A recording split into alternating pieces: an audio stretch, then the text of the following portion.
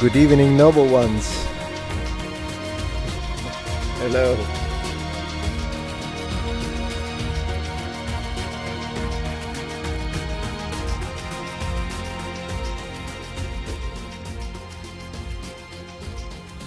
Good evening, good evening. Hey, Spyro. Ezra, good to have you here.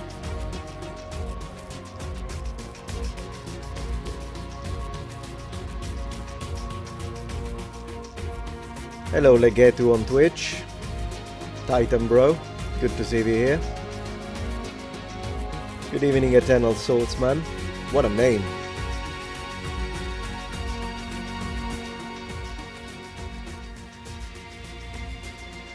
Hello from Atlanta, C-Tam. Good to have you here. How you guys doing tonight?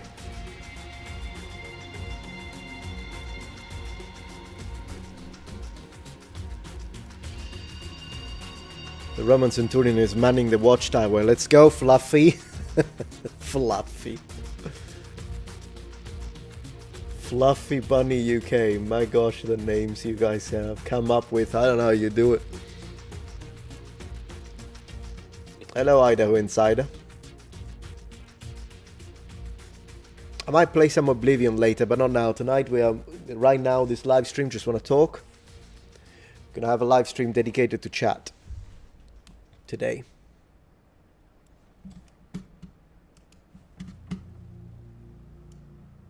Gonna lower the music a little bit. Brother, you ever tried Molecular? No. Daxfile, this is a good game. Hey, from Oklahoma. Hey, look.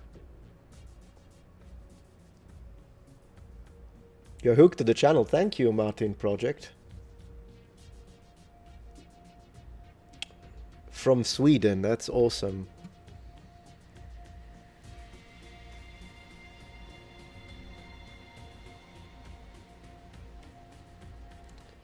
If David Jones offers you to debate with Hillman on his channel, would you? Yeah, I would, absolutely.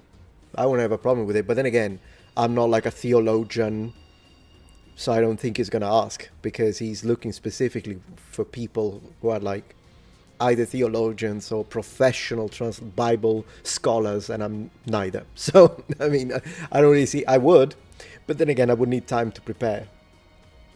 But yeah.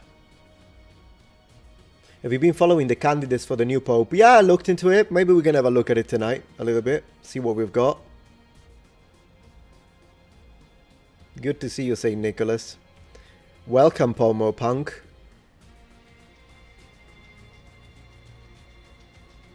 Good evening, Bestia Noctis. Good to have you here, guys. We're going to have a good time today. Good stream, good stream. Oh, it's the Italian knockoff of Coca-Cola? Never heard of it. Molecola? Molecola.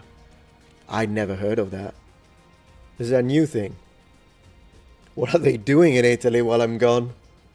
Man, I can't leave them alone for 5 minutes.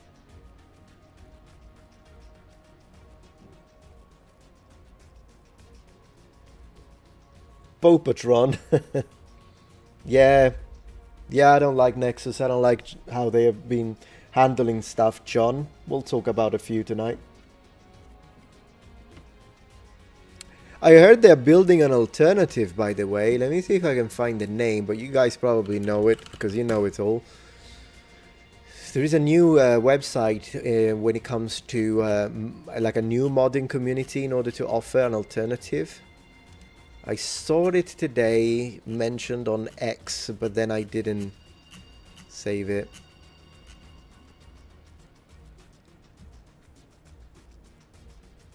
Tico Torres asks, are you type 1 or type 2? You know, I get confused. I don't know.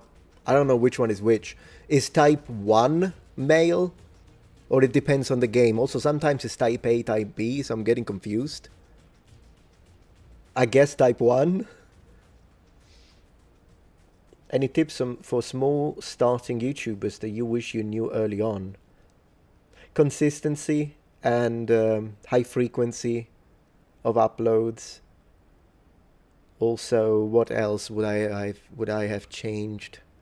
Yeah, trying to be more consistent, more organized, probably. Definitely the videos need to be longer than 8 minutes. Do never make videos that are shorter than 8 minutes. Unless you're like desperate, you need to post a video. What about type M, type F? You know what? Whittle, at least you are more intelligent than whoever came up with type 1, type 2. That is actually more intelligent. I would still just use male and female, but that at least would get rid of a confusion. There we go. DEG mods. Let's check them out. Because I mean, if they're not gonna pull stupid stuff, then yeah, Liberating Game mods. We're definitely gonna check them out today. They're in alpha. We'll check them out. Thanks for being based. Absolutely, y'all. Doing my best. What is your favorite class in Diablo 4? Ooh. The Necro in theory, but I don't like how he plays. Because I like having a little bit of like more melee opportunities, and like for instance when I play Diablo 2, whether it be the original or the remaster, I play Necro, although Paladin would be my favorite class in that one. But when I do play Necro, I still enjoy, like I do my necromancy, of course. Necromancy, is that the pronunciation? But I still like to go around with mace and shield and fight hand to hand. You can't really do that in Diablo 4. It doesn't even have a freaking animation with a weapon. It just does it like this and shoots a little bit. So I don't, in theory, Necro, but I don't like how he plays, so I've been playing the Barbarian lately. Bring back your retro theme song. Which one was it? Oh, the chase. Yeah. Let's get a little chase in the background here. Chase Dark Omen. I'll just keep it low because we're already talking, but there he is. I usually use that one when we play, but yeah. You're playing Resident Evil 2 Remake. That's a fantastic remake. Nightcore. That's a fantastic remake. Is the music too loud, by the way? Let me know.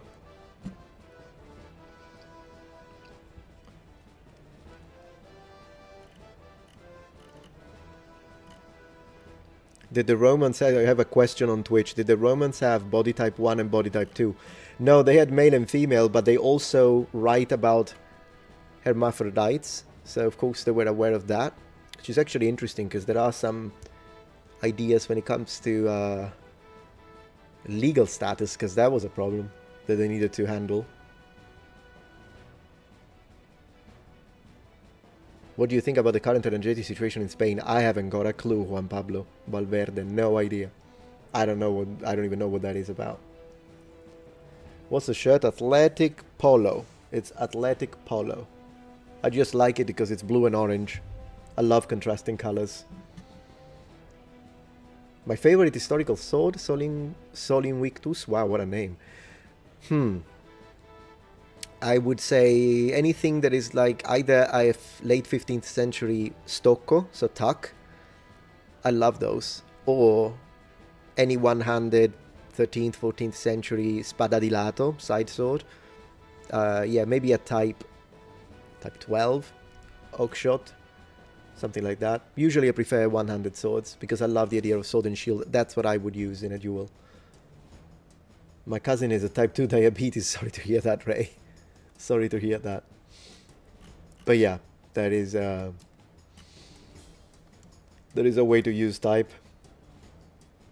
Did you end up checking out Expedition 33? I've been reading about it, but I still haven't played it. What do you guys think of it? Should I play it? Should I download it and play it? Oh yes, Soul Calibur, absolutely.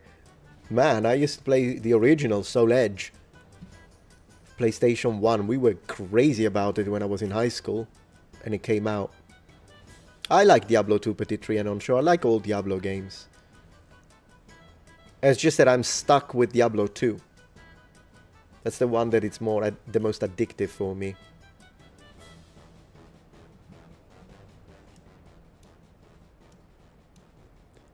Petit Trianon, you ask us here in Latin America, for some reason some call us Latinx. Yeah, I mean, they're trying to do that kind of language in Italian, whereby, because in Italian, if I see someone's baby, for instance, I have to choose. I would have to say, che bella bambina, what a beautiful baby girl. Che bel bambino, what a beautiful baby boy.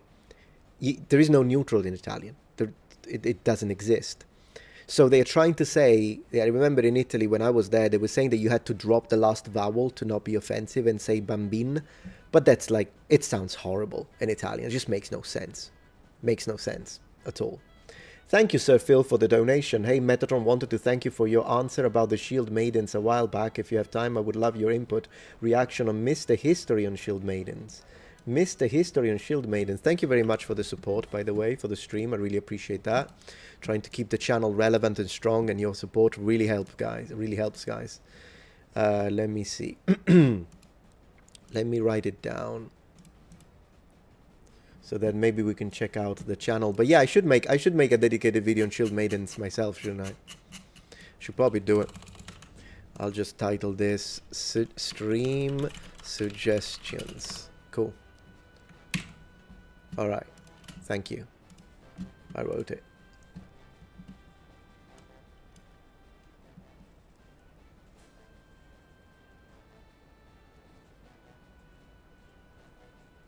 Yal says, as someone from England, I don't think I'll ever wrap my head around gendered language.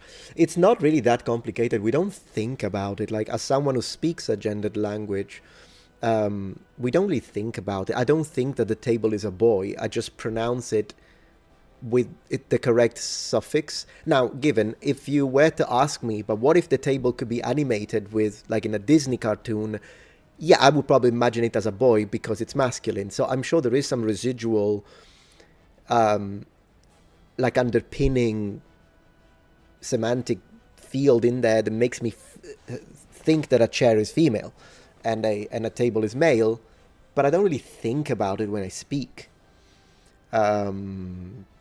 It's just there, though. It is there. Like, it's in the back of my mind. There you go. It's a feeling more than anything. So to me, the phone is a male. It's a boy. So, yeah, I guess if this was animated and started talking, I would imagine automatically a male voice, unless it's like a pink phone, I suppose. And pink because we are in the modern period, by the way, because pink didn't used to be a feminine color back, even in recent past. It's kind of a recent thing. Sitam says, I think Romanian has a neuter gender in addition to male and female. I believe you're right, but I don't know because I haven't studied it, but I think I heard that. We say la mesa, so in Spanish it's female. Yeah.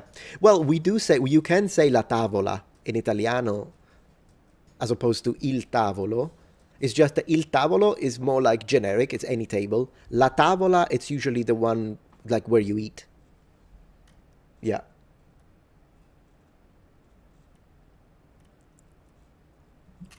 Languages always pick the quickest route. Artificially trying to change it does not work. Yeah, I agree. I mean, Naga, I do agree. Sometimes, I mean, yeah, as you say, naturally, the languages evolve, but they always do that organically. It's never really a thing that now you're not supposed to say this anymore, and we decided this right this second, and everyone has to comply. That's not how you... Because words do go through semantic shifts. They do. Like, a word has a meaning, but over several generations it could lose the meaning, or it could expand the meaning, or it could change completely, only maintain the root. This happens a lot. It's just that it happens over generations and generations, and it also happens organically and naturally. So I think it's the artificial aspect of it that makes it a little... Thank you, Retrorix, for subscribing with Prime on Twitch. I appreciate the support. You saw that most Europe went lost their electric power for hours. I had no idea, Borba. I guess that's connected to what someone was asking about Spain. I had no idea. I didn't know that that happened. Let's Google it. Let's see. Europe lost power. Well, actually, let me use Google. For some reason, I don't know why I was using Yahoo. I need to change that. News. Oh, yeah, it seems you're right. Let's have a look. Power outage hits Spain, Portugal, and parts of France 3 hours ago. Spain and Portugal are reeling from a massive unexplained power outage that knocked off traffic lights, caused chaos on the roads. Goodness gracious. Very large oscillation in electrical voltage, first in the Spanish system, which then spread to the Portuguese system. That's crazy. Do you guys know what's happening? That is insane. See if you guys know anything about this.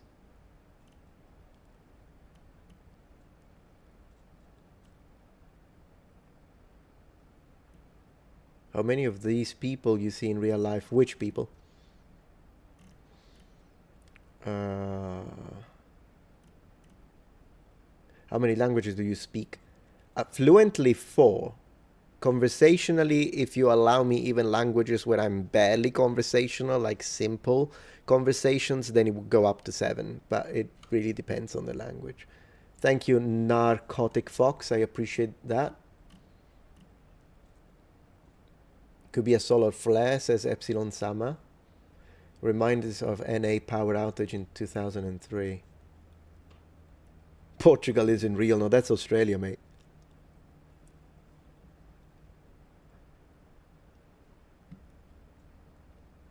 Oh, it happened in Brazil once. It says Petit Trian on Twitch. The guy, by mistake, turned off the power supply of the whole northern part of Brazil. That's insane. So they say rare atmospheric phenomenon, company says. So they say it's not artificial. They say it's natural. The power outage has brought public transport to a standstill, caused significant traffic jams and delayed flights. Well, yeah, I suppose the flights could still operate. Given the complexity of the issue, it could take as long as a week for the network to return to normal. Could you imagine a week without being able to post? That would be insane. Miroville, thank you for supporting the stream. Aren't all standard languages in a way artificial? Not really. They are artificially selected, but the language already exists. So like, for instance, if you look at Mandarin, for example, the standard is based on the Beijing dialect. It's not exactly the same, but it is clearly based on that one and then slightly adjusted. Usually languages are based on a regional variety, but the upper version of it, rather than the street talk, it's kind of similar. Like usually RP receives pronunciation in England. It's based in like more of a southern accent, of course, but it's not the same as a Cockney in London. In Italian, it is clearly based on the Tuscan variety. It's still different from specific regional low-class Florentine, for instance, but when it's upper-class speakers, it's kind of closer to how it is. So it depends. And in Japan, standard is basically the same as Tokyo formal. Or even when you speak informal, it's still Tokyo Hyojungo. Please react to how to read Polish or something. Really. Well, I reacted recently to a Language Sims video on Polish, which was kind of funny. Hey, Baron Boom Boom, good to have you here. Hopefully you can bring up some of my talking points today. Well, we'll see, man. I mean, I have my own, if you don't mind. But yeah, feel free to share yours, of course. He was referring to a private conversation we had on the topic. This is unacceptable in Europe, or a decline. It's crazy that happened with the power. That's insane. But then again, if it's something was out of their control, I suppose it can happen. They say it's rare, though. Do you like mushrooms or do you like oysters? Neither, unless we're too... Well, mushrooms are fine. Yeah, mushrooms are good. Kind of depends on the type.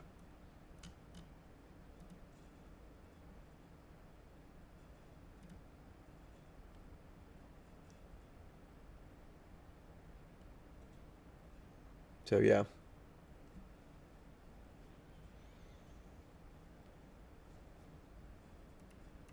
Texas Power Grid. Do you consider yourself fluent in Latin? Oh no, Aristotle, I'm not fluent in Latin. Luke Ranieri is.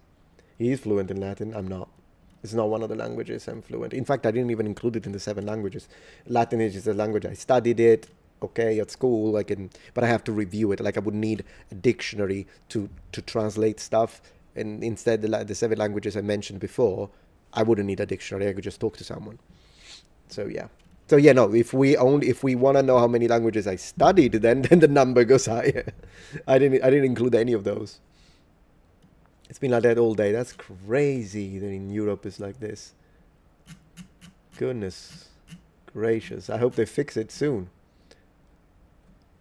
No problem, Diogo. Thank you for stopping by. It was good to have you here.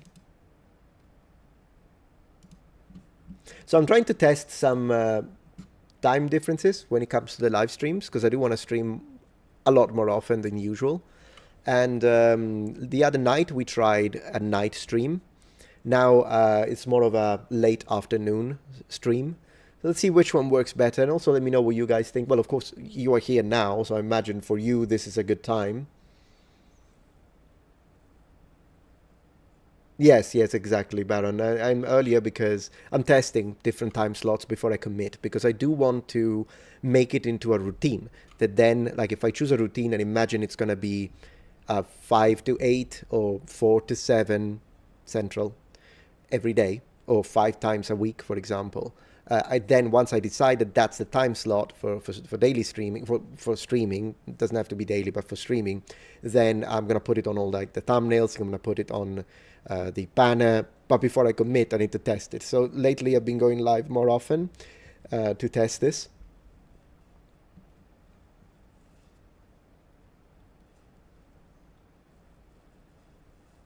So Italians can't understand Sicilian. It depends on the sentence. Sometimes you can. I recently made a video, maybe you're referring to that. Today I posted a video where I only speak Sicilian. It's on a 7 minutes video. And I posted it on my second channel, Metatron's Academy. So when I speak Sicilian, I kind of know, since I also know Italian, which words an Italian would understand and which words are more difficult because they are more different from standard. So on this video, I tried to keep it balanced. I started using sentences and words that I knew were easier to understand. And then sometimes on the video, I kind of went and chose specific vocabulary that I knew would have made it harder. So it kind of depends. I could make it easier for an Italian to understand. And at that point, it will sound a lot like Italian, just with an accent and a slight difference in grammar and some vowels, for instance, and then they'll be like, oh yeah, no, I understand Sicilian, but then I can easily switch to vocabulary that I know they won't understand, and then they will, because I tested this multiple times in my life, then they will say, oh my gosh, I didn't understand anything. So it kind of depends. For that video, I tried to keep it balanced. I didn't go too difficult on it. And yeah, and of course, it depends on the region, because I see a Calabrese who says he can understand Sicilian. I guess it depends on which Sicilian as well, but sure. I think we have a lot of words in common. Sicilian isn't Italian. The language, no. The people, yes. So it kind of depends on what you mean by that question.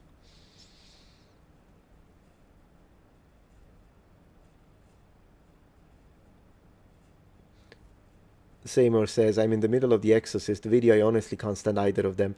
Yeah, I mean, they weren't great. Although I did say one thing incorrectly on that video. So since you're watching, he's not a Catholic priest. I was wrong about that. But I didn't research him at all. It's the first time I've seen him. I did research Amon Hillman, but I don't know anything. That is a direct first reaction. So I just assumed a few things, because later on the video, they do speak about the Vatican a lot. So that's why I assumed, since he has the little white collar, and they were speaking about the Vatican, then I thought he was talking about that kind of stuff. Then I assumed he was Catholic, so I was wrong about that. But it's kind of funny, because I saw someone in the comments saying, oh, now I question the ability of your team to do research because you got this thing wrong. And I'm like, the team has nothing to do with this. This is not a researched script video. I just watched the video and reacted directly. Again, what does the team have anything to do with it? It was kind of weird to read that. But yeah, I apologize, of course, for the miscommunication. And I did write it in the comments and the pinned comment as well. It's just that people won't read it, most likely.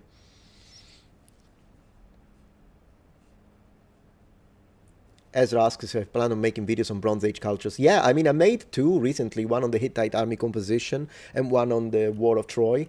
And maybe today we'll talk a little bit about it, because I saw a video made by History Hit where you have 2. You have both Roan Canindike, and so the ditch guy, and then the other, what's his name, Matt, the other historian that usually are part of the content production of History Hit, and they are like having a debate. And I imagine since the ditch guy is there, they'll talk about Greece, so I would imagine they'll talk about the Bronze Age. We'll watch it later, and then we'll see how it goes.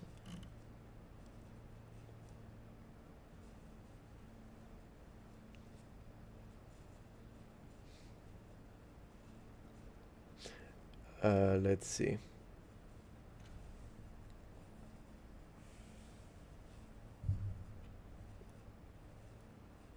Everyone on YouTube in the comments are all experts. Yeah. How many languages are there in Italy? Ooh, Dave. I can't give you an exact number, but a lot.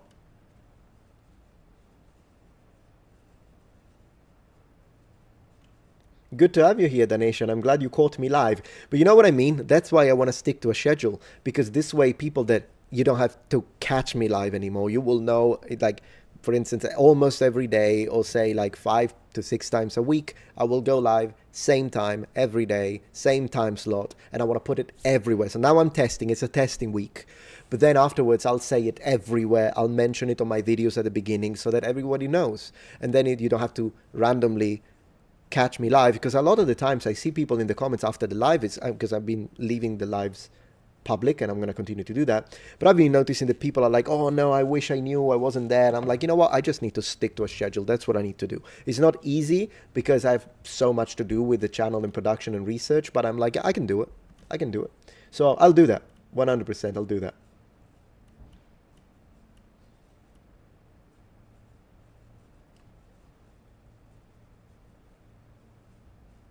It's currently 12:44 in Europe. Yeah, I'll have to see how to. Yeah, that's why I'm trying to go live a little earlier, but I can't go live too early, because the bigger chunk of my community is in the States, so I have to consider them. And if I go too early in favor of the European audience, then it might be too early, and maybe people are still at work in the US. So I have to consider that situation. Yeah.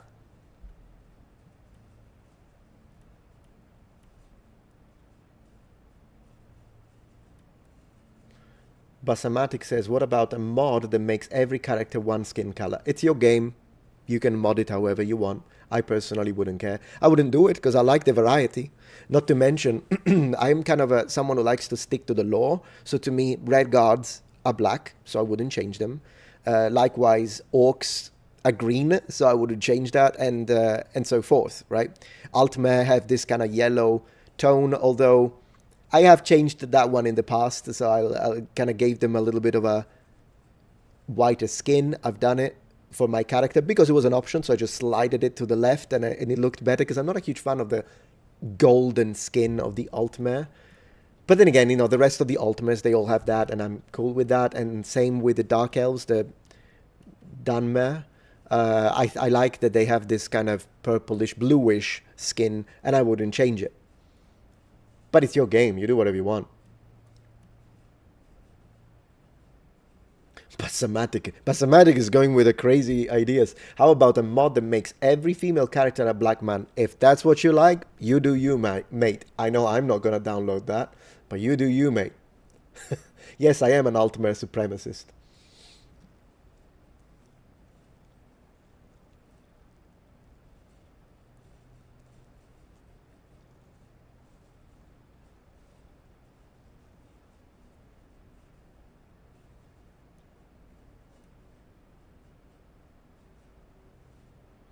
Yeah, sure, Blackberry. I agree. The Elder Scrolls, I think, does it right when it comes to all the different races in game. Thank you, Charlie Rogers, for supporting the stream. Hey, from Tennessee. Hey there. Almost 6 p.m. here. Love your channel, brother. Very informative. Thank you so much. Appreciate.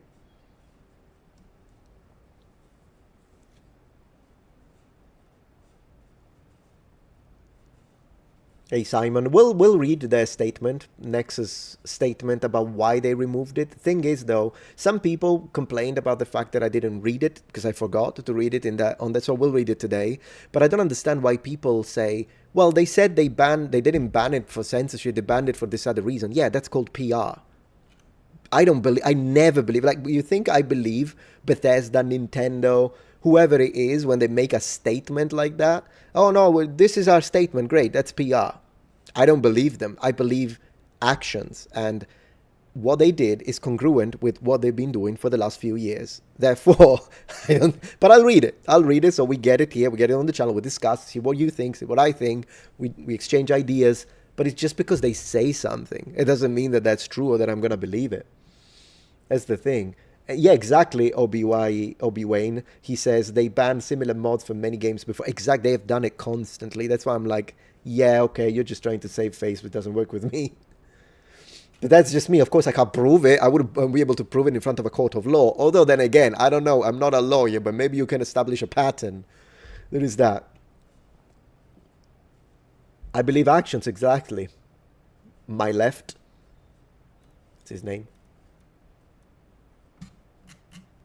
Hey Dracus, thank you so much for the support.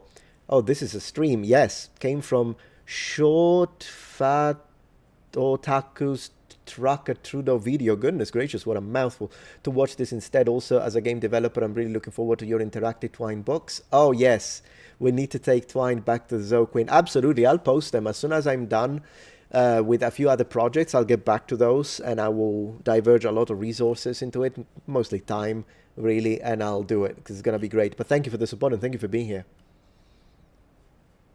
Can you post mods on your own private website if you authored them? I suppose so.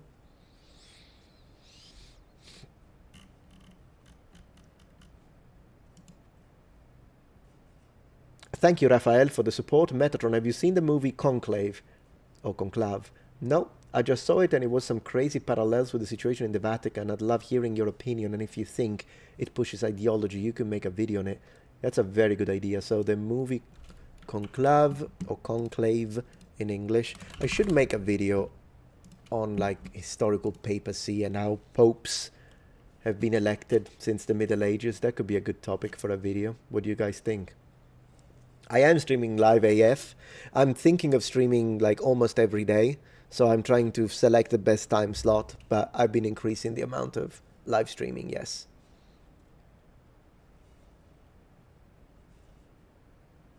Yeah, I read it, Raphael. Sorry, it took me a second to see it. There was a little delay there. I apologize. Andreski Metatron, you once recommended Fabrica Cacti as a good craftsman for Roman armor and shield. Is it also possible to buy gladius from them? As far as I know, they don't make gladi unless they changed. If you want a good gladius, there is an Italian maker, but he's very expensive. I'm talking you're gonna drop $1,000, €1,000. So I don't know your budget. Alternatively, you can always get a gladius made by Albion. They have good gladi. And I think they're a little cheaper than that. I'll show you. So you could get shield and armor from Fabrica Cacti, and then you could get your gladius from Albion online. That could be an idea. Oh, never mind. Albion swords. I just found a MMO by mistake. Albion swords. Let me show you. Right. So if we go to this is a gorgeous sword. Oh gosh. You know, by the end of the year, I might see if I can justify some of these swords, maybe like write them off taxes. But look at this. They have the Augustus, the Pedit, the Auxilia Pedite. Man, let's have a look at this one, the Augustus. I like the name. Wow. My gosh. And that's the end of your wallet. Look at that. Gorgeous. Absolutely. So how much is it? What is the price? There we go. $886. Well, definitely cheaper than €1,000. And you can order it by email. I have videos on Hellish Quartz, me playing it on my gaming channel. I might play a bit more here one of these days, though.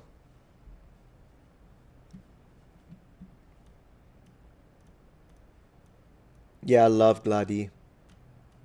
They are beautiful.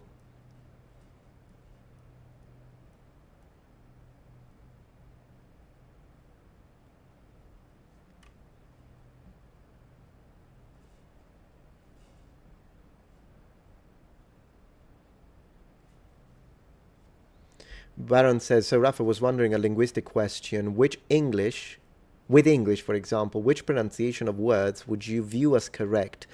The older dialect of the British English, or how American English pronounces things? In America, American English, usually General American, is correct, the most correct. And in England, I would say probably a Southern variety would be more correct. Neither is more correct than the other because, I mean, they evolved kind of separately for their own things. But then again, what is correct really? For like to be a voice actor, then there is a correct one. But you can absolutely, your personal regional variety is the correct one in your region, right? So it really is a matter of perspective. Thank you, Verity Johnson, for the support. In the movie Conclave, I heard the Pope was intersex. Seriously, sounds like they're trying to push a message. Yeah, I'll have to look. I don't know it, but if that's what they're saying, as far as I know, there is no proof. But I don't know if it's historical or if it's like a reinterpretation of history.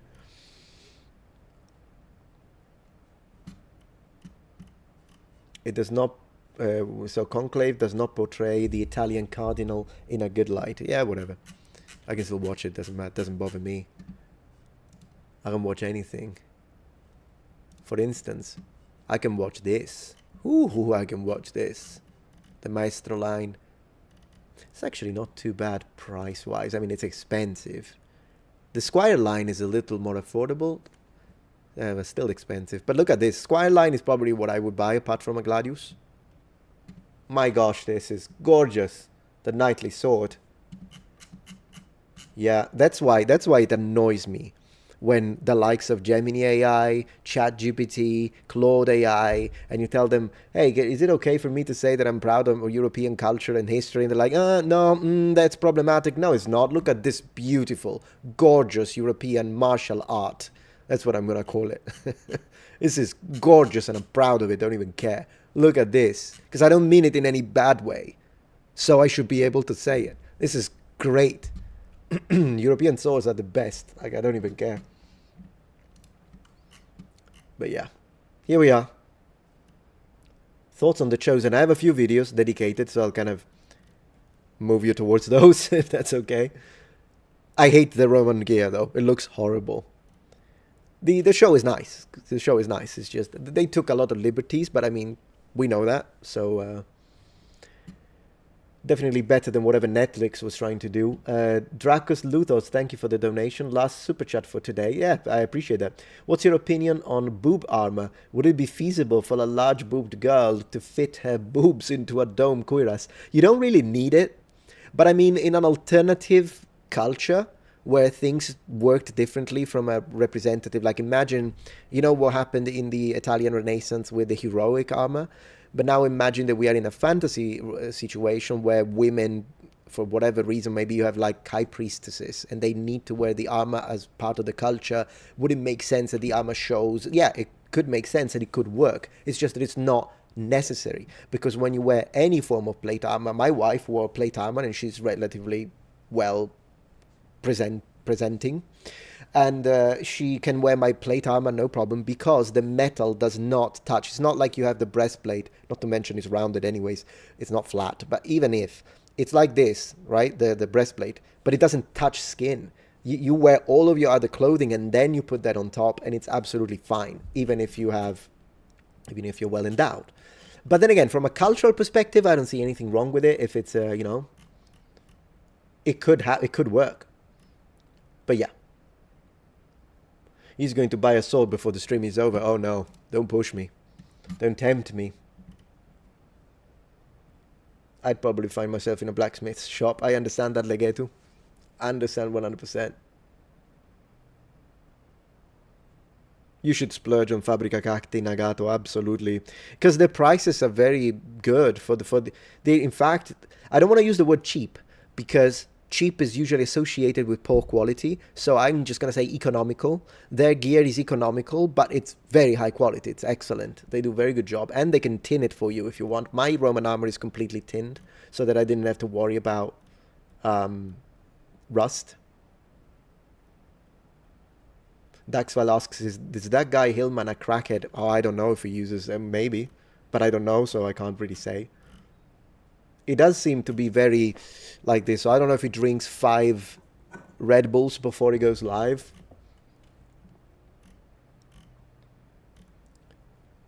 Thank you, some dude, for the support for the stream. I have nothing of important to say. I'd rather support your channel with money rather than the big streamers on Twitch. Thank you so much. Thanks for the years of good content. I appreciate your support. Thank you so much. And then we have Real Serio. Hey, Metatron, have you ever seen Excalibur from 1981? Of course I have. Thoughts on it? The armor looks incredible. I know it's probably completely dumb from a historical perspective, but it's one of the most visually insane films I've seen. I thank you for supporting the stream, by the way. And you're absolutely right. Yeah, let's have a look at it. But I love the fact that they're wearing plate armor doesn't make sense because they should be wearing mail. But I do not care one bit because it looks incredible. Asmongold Gaming collab when? I wish, Liminal. Anyway, let me see. Excalibur 1987, was it? Is it 1987? Like the Amiga 500? 81, what am I saying? 81, it's older than me. Let's go. Images. And as usual, oh, this looks great. This looks great. I'm already seeing, I'm gonna share my, oh my gosh. Are you kidding me? This looks amazing. Look at this man. Look at this manly man. Look at that armor. I mean, it's incredible. It's gorgeous. The armor looks gorgeous. The armor looks absolutely stunning. Basically, it's based on late 15th century armor. That's what it is. It's fantastic. I think it's some kind of stainless, and there is also a filter, and it looks even more magical. But it is great. Look at this. Yeah, no, this is great. I love it. I absolutely love it. Excalibur. I think it looks fantastic. Lancelot. Let's see Lancelot. Lancelot. Look at that. Lancelot looking good. Look at that, Armit. Looking good. Looking great. I don't know why they have a buckle here, since this is clearly not using the strap. But hey, who am I to judge? Oh, it is using the strap, but they use it from the helmet. I understand. Then it's fine. You see, I can't even fault them with anything. I tried. I can't even fault them. Spectacular. Absolutely spectacular. You think it's aluminium? I don't know. Is it? I mean, it would make sense. It would make it a lot lighter to wear for the actors if it's aluminium. By the looks of it, I thought it was going to be stainless, but you could be right.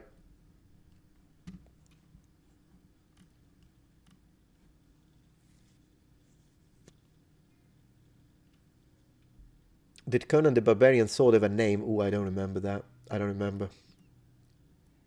It's part of the riddle of steel, I guess.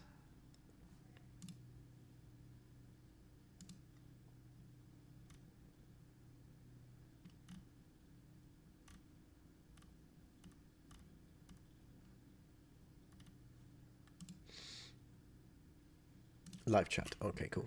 Have you ever made videos or discussed Arthurian legend literature? Yes, and mostly on a React format.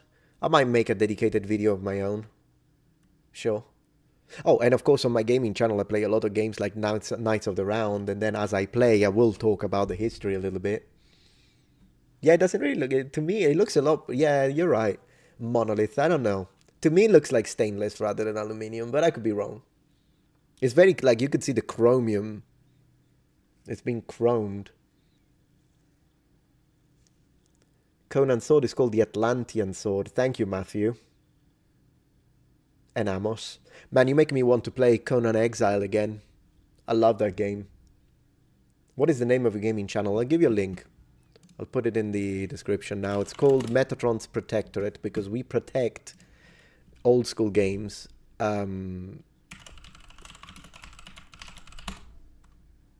So I'll just put a link for anyone who is interested. Thank you.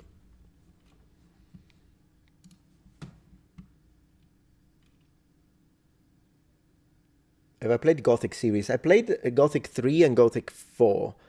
I put more time in Gothic 4, but this is a long time ago.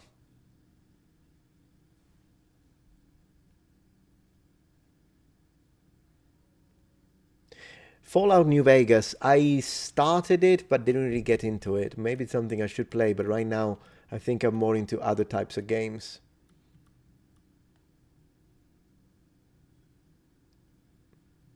Magical armor is a glow, I agree. True-sighted.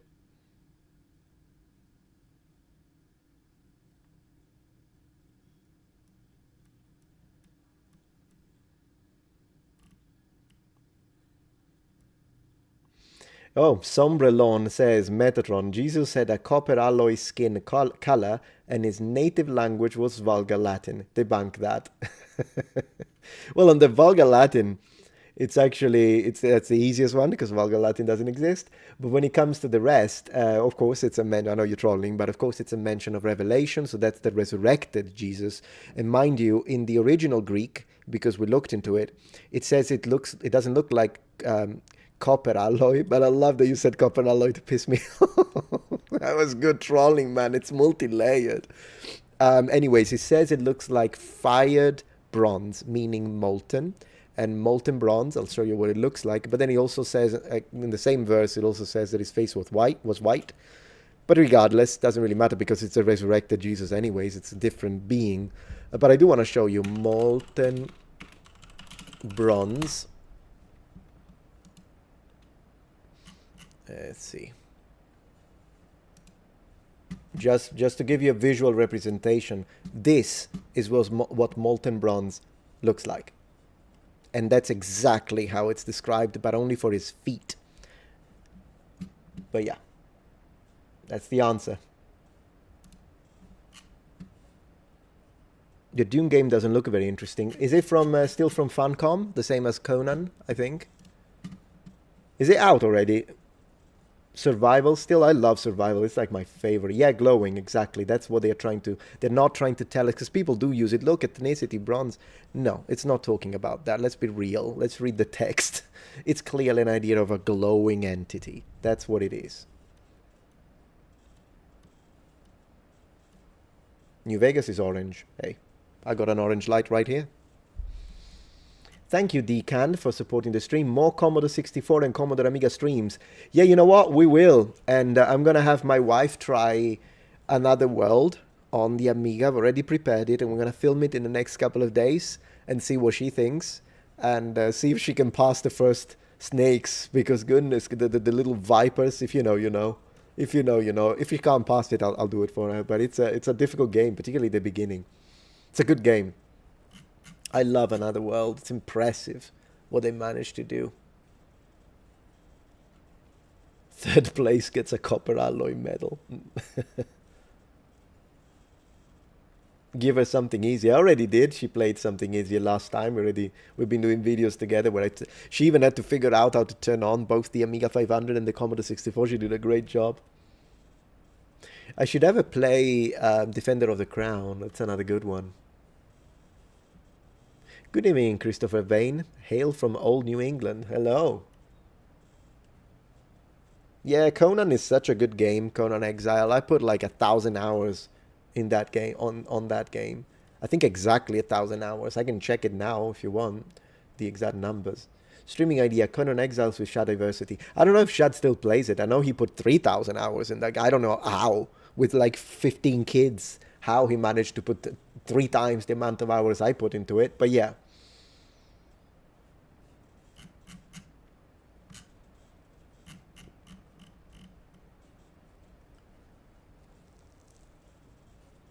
Yeah, Conan Exile is a phenomenal game. It's survival. J. Murray. And it's fun. It's like really fun. Yeah, they even has a DLC called... which gives you a separate map to play. It's online multiplayer, although then again, you can play single player if you want, but I think that game shines online. And you can choose if you want to play PvE, so player versus enemies, or PvP, full PvP, or you could do like PvE conflict, which is like, it's player versus enemy, but there will be some time slots. That's my favorite. There will be some time slots where PvP is allowed, so you can, you know, attack each other. Which always made it fun, because we were like, oh, it's almost fine, let's go back to the base type of thing. But I think in PvC, you can't destroy the bases, whereas in full PvP, you can annihilate everything. So it's also fun. I mean, pure PvP is also fun. It's just that it's one of those things you can get annihilated, particularly if there is like a strong guild.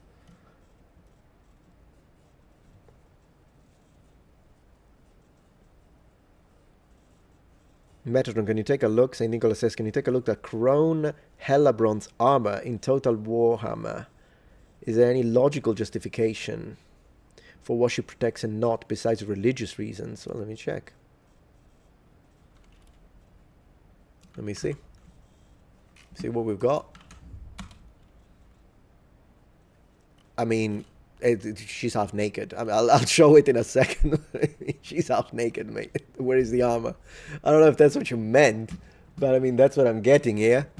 That's what I'm getting. She's basically half naked. That's what you're talking about? It's bikini armor. I think you're trolling. Unless it's something else, like a different armor that I'm not getting. But yeah, it's basically bikini armor. It's dark elf bikini armor, that's what it is. But we appreciate bikini armor, of course. We want to see beautiful girls, don't we, guys? That's how it is. It's the gamer. It's the real gamer.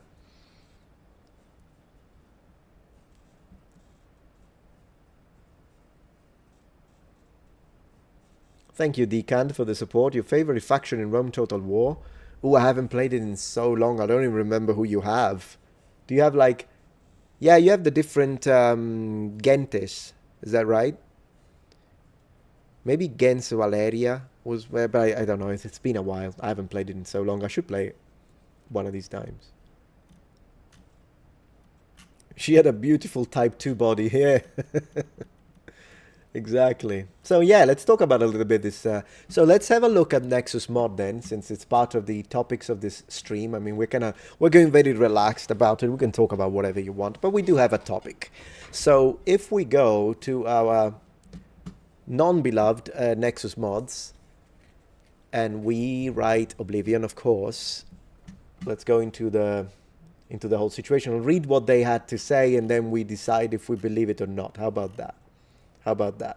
So, Oblivion Remaster. Let's see. Oblivion Remaster. Yeah, this is hilarious. Trending mods, body type selector. It's like because of what they did, they made it the most trending. It's here. Yeah, that backfired, all right. Hey, Ray Gonzalez, thank you for the support. Sorry for getting political, but screw the Ultimates. Oh, never. And the Dominion can go. White gold. Oh, goodness gracious. Long live the Empire. I like elves. I don't know what to tell you. I mean, you're right. They're terrible. But still. Yeah, so as you can see, people love it. People love the mod. Right? And people should have the choice. Let me see. So now we were, last time I made the video a couple of days ago, 245,000 views. Now it's at 300K. So an extra 50,000 views. I hope I contributed to that. And then we get almost 30,000 unique downloads. Total downloads, 32,480. And it seems like a lot of people like this. So could you imagine banning something that precludes 32,000 people from getting what they want? And why? Because you have to say, but why does it matter? But why do you care? If it's such a trivial thing, then why did you change it in the first place? I mean, there is no way to attack this counter-argument. It's a golden counter-argument. And as you know, I'm a freedom guy. You can play with whatever the heck. You can say body type, body this, body that. I don't care. Use whatever you want. It's your game. But if it's trivial, oh, why do you care about one single word? You changed it. You changed it. If it's trivial and it doesn't matter, then why did you change it? If you changed it, it means it does matter. And therefore, it's not trivial. Hence, we can download it if you don't like it. That's it. It's like it's not even coming from a place of toxicity. It's not coming from hatred, and people who know me know it. It's just a matter of, it's just a logical inconsistency with the thought process. And here we are, male and female, but let's see what they say. How about that? What's up, Kyodai? Hey, Higashi Martial Art, thank you for the support. So people were mad that I didn't read this, justifiably so. I'll take criticism, I just forgot. But let's read it together. Let's see what they say, and let's see if they can convince us. So, community, close please, thank you. I clicked, okay. Community notice regarding this mod. Let's see what they say. This mod has been and likely will continue to be a source of controversy within the community. So far so good, I agree. Yeah? Okay. After the thorough review, we have determined that the content of the mod itself does not violate our community guidelines. Why did you need a thorough review? This mod adds 2 words. I'm going to be pedantic because, you know, people, constructive criticism, people told me, you didn't read it. Why? Okay, you're right. But now I'm going to read it, and you triggered the pedantic Metatron. So, how do you need a thorough review to be like, well, let's see. Let's sit down with a board of directors here and the tribunal committee. Guys, what is the problem here? I think it's the fact that underneath here they removed. What did they remove? Oh, I don't know. Let's get it all together. Get the team. Call the lawyers. So they removed type 1. What did they change it with? With a word. How many letters? 1, 2, 3, 4, 5, 6 letters, sir. Okay, how many of those are vowels? Sir, it's 3. But I don't know that because 3 is a mystical number. It could represent the Trinity. So maybe it's religious. I think it's religious in nature, the problem, sir. I don't know. But if it's Trinity, then it's only the Trinitarians. Shouldn't we do... Come on. Come on now. Athara? Really, Nexus? You needed... Oh my gosh, I'm gonna go with Antic. The Supreme Court. Anyways, so they determined after a thorough review, must have taken them like 15 hours straight, they didn't sleep. We have determined that the content of the mod, so male and female, itself does not violate our community guidelines. Thank you. However, due to the nature of the topic, which often attracts intense and sometimes hostile discussion, that's true, the comment section will remain locked to prevent further escalation. Listen, I will never lock my comment section, and it's something that pisses me off when YouTubers do it, okay? But it's their website, it's not like a, what can I say, it's not like a public plaza. Do I like it? No, because I think people should be allowed to say what they want. But whatever, it's their website. I can't tell them, oh, you can't because freedom of speech. I'm like, it's not the government. It's not a public place. So like I too, I am entitled to block my comment section. It's my channel. It's just that I will never do it. But that's a personal choice of mine. But whatever. Here we are. Nexus of all places. Yeah, Goblin Slayer armor would look good. Ooh, we're going to have to have a look at that after Metatron Pedanticus. Let's go. Alright, prevent escalation. Right, why was the original upload removed? Let's go. There has been a lot of speculation and misinformation, of course they call it like that, regarding the removal of the original upload. To clarify, column. The mod was not taken down because of its content. But you just, I mean, you still only now did the thorough review of the contents, so, but whatever. It's not been removed because of its content, okay? As stated in the ban notice, it was removed due to the uploader's behavior. In the comments, the uploader expressed an intent to incite drama and endorsed an external site explicitly designed to host inflammatory content. This kind of behavior directly violates our community standards. Alright, now, if this was the case, that's the thing. I understand that's what they are saying. This is lawyers' talk. This is something that they talked and said, okay, guys, we're losing thousands of people subscribing. We're losing money. People are complaining. YouTubers are making content, me included, but massive ones more relevantly than me. What do we say? What's the excuse? Because I don't believe them for 1 second. Because I'll show you why. I'll show you why. I do not believe it. What's the site? It's Nexus Mods. I don't believe it. I don't believe that that's the reason. I believe that that's what they sit at. That's what mark my words, is the thorough review. Because you don't need a thorough review that takes hours to decide whether the content of the mod, male and female, is in fact a problem. No, the thorough review was used to write this. And they decided, well, he did this. Okay, well, that's against the terms of service. All right, then let's say that that was the reason. That's how I read it. Can I prove it? No, but I can also share my opinion based on what I have, the data that I have on their website. With that being said, I would like them to tell us what the website is, because, yeah, if you endorse an external site designed to host inflammatory content, do you know what that site is? Because they're not saying it. Just because they say it, it doesn't mean that it is. If it is a website, like if they put a link to neonazi.com, then sure, I get it. Am I right? But what is this inflammatory website? Explicitly designed. What is that? Next, he expressed the intent to incite drama, and you should have put screenshots of that, because I don't believe them. Is that true? Is it Reddit? Oh, I don't know. I mean, I hate Reddit, but then again, on Reddit you get both. You get everything on Reddit. So yeah, I would have to see. It's possible that the creator of the thing was acting like an asshole in the comments. I don't question that possibility. It absolutely happens. Anyways, we recognize that mods like this can bring sensitive discussions around gender and identity to the forefront. Right. While these are important conversations, our platforms exist to support creative expression in modding. I wish that was true. This is false, not to serve as a battleground for broader cultural or political debates. And if they were actually impartial, like they're not, this would mean that they would block all forms of content that could be perceived as political or divisive. They don't. They only ban the ones that go against what they believe. So at least admit it. Don't play the part that you're not, that your actions clearly scream louder than your words when it comes to which side you prefer. At least say it. I would respect that a lot more.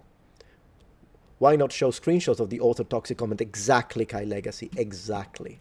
Exactly. Yeah. Anyways, let's continue. We reckon, all right, blah, blah, blah. So they don't want political or cultural debates. What we will not tolerate is trolling, harassment, discrimination, or any other form of toxicity that these discussions may provoke. And that would be good with me. I hate toxicity, but then again, discrimination you do tolerate, Nexus Mods, every time you ban a mod that allows you to turn a person of color, terminology you would prefer, into white, but you don't ban the opposite. So you are discriminatory in nature. If you really want to be like me, when I'm like, you know, guys, you do whatever you want. You want to turn a character white into black, you like it, do it. You want to turn that black character into white, do it. You do, particularly for a single player game. That's being non-discriminatory and for equality. That's me, not you, because you specifically banned. They did allow all sorts of mods, as I mentioned, where you could totally change every single character that is straight. There are a million mods that allow you to turn them into gay so that they are romanceable if you are a member of the LGBTQ community. And once again, I say, yeah, sure, let them do whatever they want. It's their game, download it.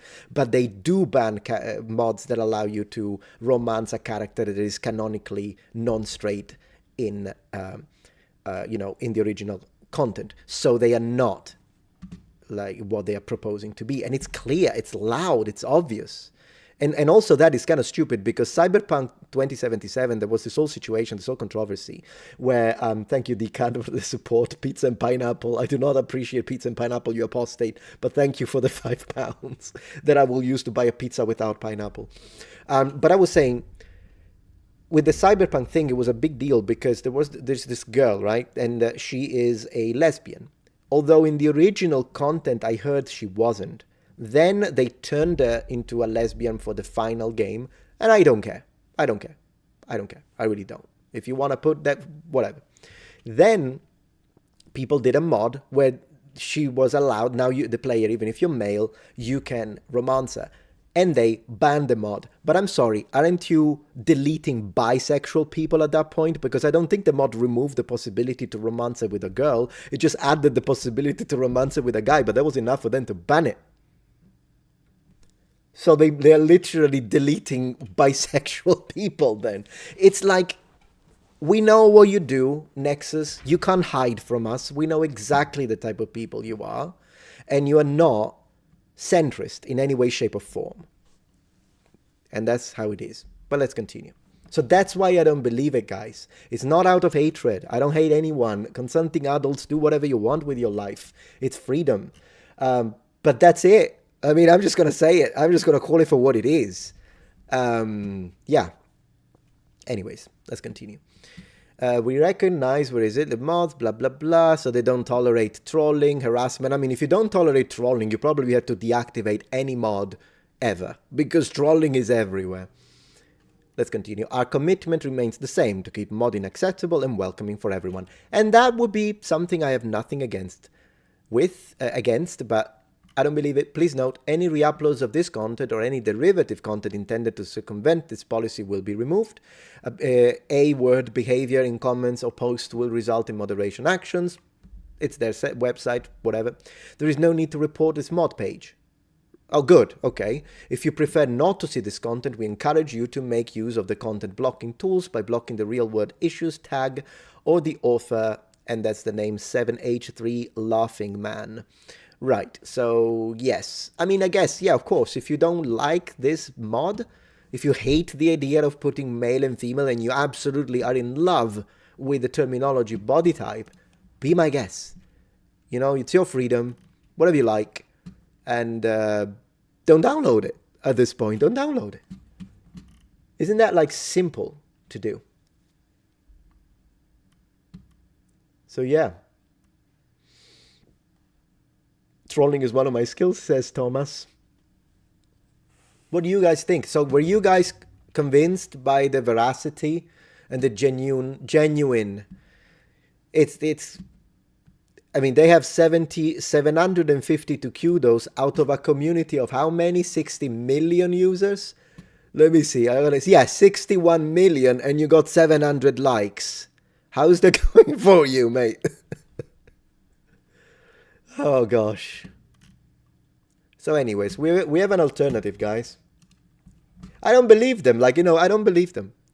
If they start changing the way, because I'm not against redemption. So if they start changing this sort of preferential and differential treatment for mods, and then they're more like actual neutral when it comes to stuff like this, and they only ban stuff that is objectively hateful, then I don't have a problem with that. But they will have a problem when you're like, oh, you made the character a redhead and she wasn't.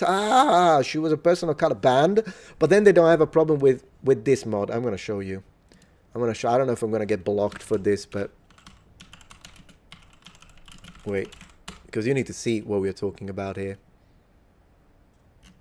Let's see if I can find it. Man, I can't find it because I don't know what it's called. Anyways, there is a mod that allows you to well, let's just put it this way, to attack children in Skyrim. You didn't have a problem with that, but you have a problem with they turned a guy white after they turned 15 different guys black. I mean, come on. I don't believe a word they say, because I hate differential treatment, regardless of where it comes from, by the way. It's how it is. Let me see the alternative before we continue reading your comments, of course, which I will. So we've got this place called Deg Mods, and apparently it's an alternative. Yeah, and there we go. Body type, and that's the first thing that you get here. It's for Dark Souls. You can put male and female back instead of body type. There you go. And I guess this website is not going to block it. So as far as I'm concerned, this is the place where I'm going to get my mods from now on. That's what I'm going to do.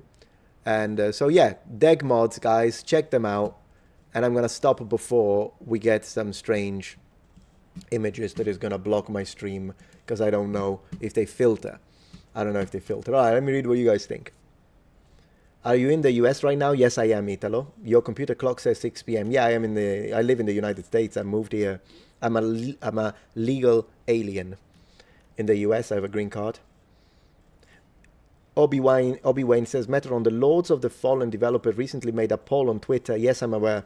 And almost 90% of the people voted they prefer male and female over body type 1 and 2. Yeah, I know, and they delivered, which I appreciate. If 90% of people voted for body type, then like, yeah, okay, body type, great, and then I'll mod it. I understand that point. I think they did great. They did a good. I respect Fallen, Lords of the Fallen, for that. They followed what majority players want, which is fine. Also, because remember, adding male and female is not hateful language. It's not like, this developer is horrible because they're putting a freaking mod that allows you to, I don't know, do something actually hateful towards people simply because they're different than you. Then I understand, but it's just innocuous language that is, moreover, descriptive. Thank you, Jack Ray, for the support to the stream. Do you think the remaster move to Unreal Engine is like how Half-Life was remastered into Source Engine and then the subsequent HL stuff used Source? I'm not familiar with what happened with Half-Life, so I can't really compare. I don't know. But yeah, I don't have any. I've heard people complaining about the Unreal Engine, but to me, Oblivion Remaster looks great. Given it crashed 10 times on me, but apart from that, I mean, that happens with regardless of the engine. It has the name Bethesda on it anyways. At that point, I don't think I can connect that to the engine. At one point, my horse got stuck inside half a door, and it looked like a beheaded horse. I loved it. It was great. Deg Mods, yeah, that's the place. Yeah. Do you listen to Faria Faraj music? No, but I know who she is. I think isn't she like great making historical music? You have to leave comments on Metatron as it leads to you making great content. Thank you, Jay Murray. I appreciate that. Thank you for all the... Yeah.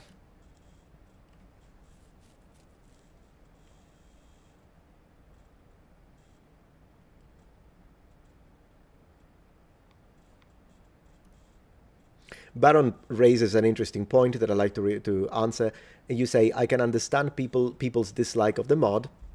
Okay, but that is due to the cultural significance of representation in the LGBT community. Any removal of content seen as representative, no matter how shallow, is seen as a measure to erase them. I understand, but LGBT people are also male or female. Like the male or female component, even if you look at it from the most far left, I'm not even saying mildly left-wing, like a lot of people in the community here. I got mildly right-wingers, mildly lefties, and then I've got the extremes a little bit, maybe. But what I'm saying is even people who fully embrace identity politics and the idea of, the social construct connected to the concept of gender still does not remove, as I was explaining on the video, it just takes the word gender, which is traditionally connected to biology, and moves it into the sphere of social sciences. And then that's why they justify, those who push identity politics, justify the idea of man and woman used inside once again, the social sphere. But male and female still remains. That's the point I was trying to draw. Because if someone says, no, male and female don't actually exist biologically, they're not even doing identity politics at that point. They're just doing, I don't know what they're doing. I mean, they can say it. I'm all for like freedom of speech, they can say it. But I don't even think that even people that push identity politics, they're just changing. That's what the right and the left are fighting right now, is the change of it's a semantic shift on the words and moving them from biology, from pure biology, into the realm of social science. That's what it is. But male and female doesn't erase anything. It doesn't erase anything. That's what I'm trying to say. That was my point, at least. Of course, you're more than welcome to disagree. I'm here to discuss. 100%.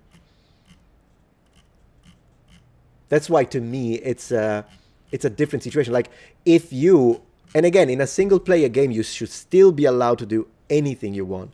But if a game that shows a historical character, and we know the character was gay, and they delete that, they change it, and then they say, but this is a documentary, then yes, I agree that they are deleting. It's actually gay erasure at that point. I agree with you. But that's where we need to go for me to agree with you, if you know what I mean. And yeah, it's just one of those things. Nexus has creepy mods that walk a fine line. I heard of that, Num. It's just that because I don't use them, I'm not aware of them, but I heard of that. I would probably have to double check it, that they go into the actual creepy stuff. We'll have to see.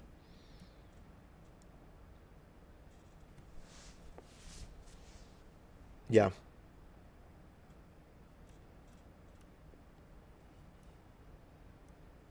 Oh yeah, let me see. So that's an interesting position. It's an interesting point from that. Why take it? Lords of the Fallen poll was not fair. They asked the question on a platform known to be right-wing. Is Twitter a right-wing platform? Like, I know that, what's his name? Oh gosh, what's his name? Elon Musk. Gosh, of course he's right-wing. But I see a lot of people who are left. Well, it's true that a lot of left-wingers migrated into, is it Blue Sky? So there is that. But I see a lot of left-wingers still posting on X. Where would you think they should have asked then? That's my question. If they had asked on Reddit, they might have got a different answer. Do you think they would have got an answer, though, that would have changed the conclusion? Because to change the conclusion, you would still need at least a 51% of people answering that point towards body type rather than male and female. So even though it is possible that what you're presenting is real, I don't know, I don't have the data at hand. I just don't know. Do you think it would have, because if it changed like 70-30 or 80-20, it still wouldn't make a difference. You need a 51% at that point. You need a majority if you want to make it democratic. Maybe on Steam, they could have asked it on Steam comments. Do you think that would have been neutral ground? Auntie says there was a survey ratio on Twitter and it's nearly 50-50. Yeah, because again, I've seen people leave Twitter because they are like, yeah, they're left wing and they don't want to be there. I don't know why though, because personally I'm on both. I'm everywhere. Maybe because I'm a content creator though, so I imagine I don't count. But I have an account on literally every platform under the sun. It doesn't really matter if I agree or not with the owner of the platform, I will still be there. But I mean, to each his own. It's a good point though that you're raising. We would have to look at the data to see how substantial it would have been as a difference.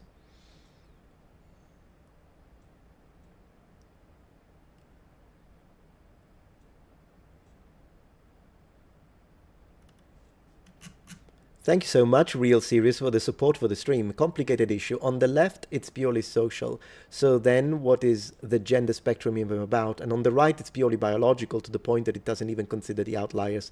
Yes, depending on the person. I think there is always a matter of how much of an extremist you're talking, because I noticed that when you go into the pole ends, often the extremists you find don't even understand the bare concept behind the ideologies that they are supporting in theory, and they're only there to scream. And so oftentimes they will make statements that are like that even the moderates in there, and when I say moderate, a moderate can still be left leaning or right leaning, by the way. Moderate does not always overlap with centric. But I'm saying even like the people that are left, right, but not like crazy, they will look at them like, what are you on about, bro? That's not what we believe. Like that will happen. That will happen.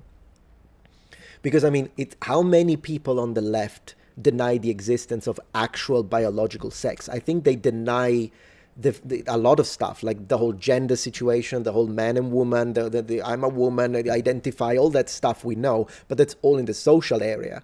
How many left, I know they exist, but how many left-wingers will say males don't exist? Females don't exist. I know they will say a man can get pregnant, but that's precisely because they are removing the word man, they're changing, they're creating a semantic shift, and they're now placing it into the social sphere. That's how they can then justify that interpretation. That's how they do it. But how many people in the left tell you a male can get pregnant? That's what I would want to see.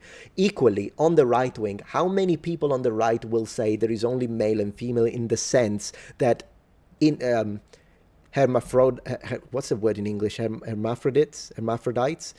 Do they deny the existence of those? No, they consider it as an exception to the rule, right? But how many people in the right will tell you, no, they don't exist? So that's what I'm saying. Since you were mentioning outliers, I mean, right? You will find them, of course you will. I mean, you find people, again, in the Christian side, which is my side, and then in the atheist side, you'll have people that are sensible that you can have a conversation with, regardless of opposite ideas. And then you have the crazy militant people. So you have the militant atheists that go around spam comment section saying Jesus doesn't exist. They do that, and they do it on purpose, specifically on the Christian channels. Hey, that's how they waste their time. Do that. I'd rather play games and enjoy my free time rather than doing that. But then you also have Christians that really make it into a situation where they turn Christian love into actual toxic hate, and I hate that. But I'm talking about the fringe. I'm not even talking about people that strongly Christian. You should be, if you're a Christian, absolutely defend your faith. But I'm saying there are people that are stuff that I've seen, like saying, I don't know, like people die. I've seen this. Like there was this video on X, and then there were people like dying, I think, in the Philippines with some kind of natural disaster. And then you had people in the comments, ha ha ha ha ha, die, burn in hell because you're not Christians. And I'm like, oh, you gotta be joking. Like, you gotta be joking. That disgusts me. But then again, if you're a Christian, you know what that is. Jesus said it. Not everyone who calls me Lord will inherit the kingdom of heaven. He told us about those. So I despise those people.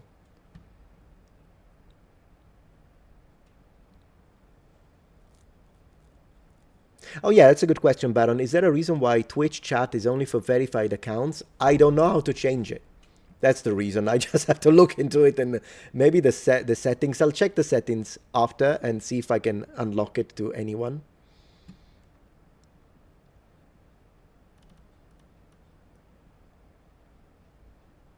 Verified accounts only chat. Yeah, I have to see how you change that. Let me see if it says it here. Slow mode, chat appearance, deleted message, pause. It's chat appearance, no. Manage moderation settings. You think it's going to be there? Maybe. I'll open it. I'll have a look into it while we do this. I just don't want to... Some chatters. Allow all chatters email verification. Must have a Oh, I see. Email verification is off. All right, I think I just changed it, guys, for you. So give me 1 second so it updates, but... Back to Twitch. All right, let me know if that did it. I don't know if it's going to only apply to the next one. We'll see. Yeah. I think I changed it. Let me know if that works. Chain mail, is that some sort of scale mail? Asks Jay Murray. I don't... A scam email. Oh, I don't know. Oh, I see. Chain... Yeah, cool. Took me a second. Took me a second to realize that. Exactly, Charlie. Charlie says, right, those aren't Christians. I agree with you. I agree with you. Because the stuff you read sometimes, I'm like, you've got to be joking.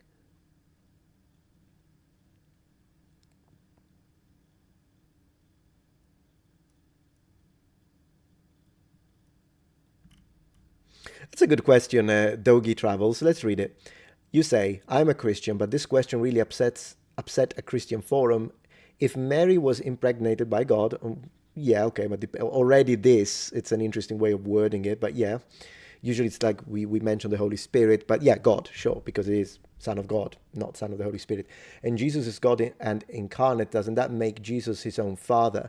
The way I look at it, it depends if you're a Trinitarian or not, because if you're a Trinitarian Christian, you believe in the Trinity, then Jesus and the Father are the same.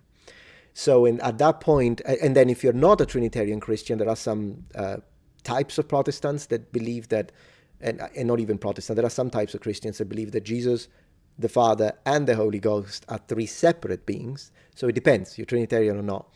A good way to look at it could be, in a gaming sense, Jesus is the avatar in the game, and God the Father is the player. That's one way to look at it. If you want to give like a little bit of a gaming analogy, that could still make sense.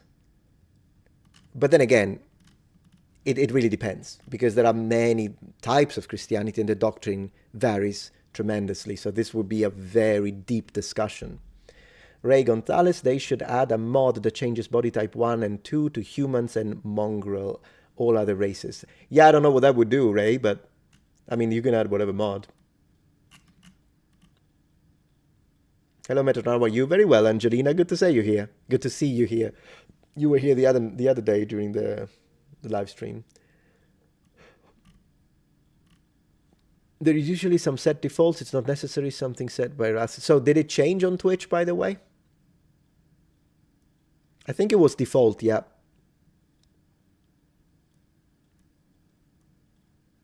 Hi, Twitch, Metatron. Hey, Sovereign.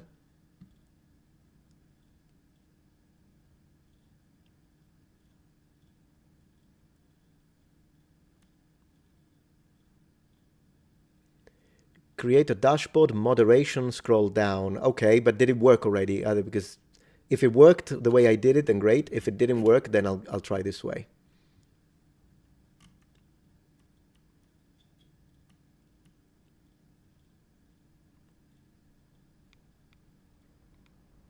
Is that athletic or hoodie? I don't know. Athletic polo, that's what it says.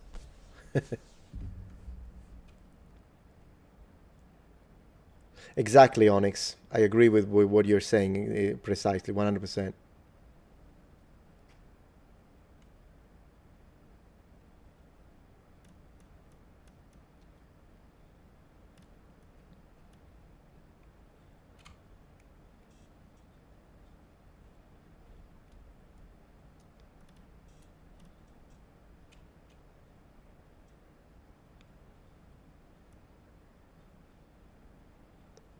Well, Alberto Barbarossa, you say blasphemy, the Trinity are one in the same, end of discussion. No, not end of discussion. We are free to say whatever we want. If you don't like it, leave the stream. Let's see. And the discussion is the one thing I don't tolerate. Discussion is always open. That's what freedom of speech is.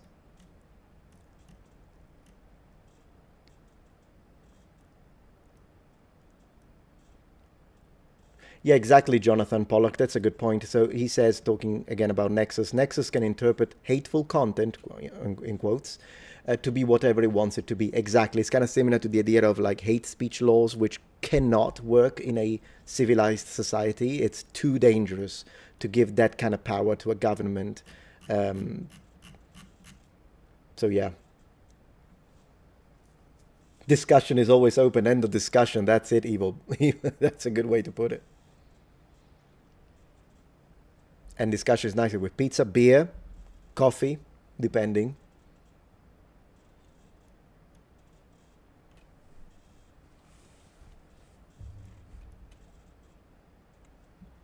So let's see on Twitch if that worked. Da, da, da, da, da. Yeah, that's a good point. Titan Bro says, isn't the strongest case that Jesus is God himself in John 8:58? John is the gospel that pushes the idea of Jesus being God the most. In fact, it's the one. That's the one where a lot of, every time you hear like a statement that sounds like that, it's most likely from John. The synoptic gospels have kind of a, it's hinted sometimes, but it's in John that it gets really into the meat and bones of the idea of Jesus being God.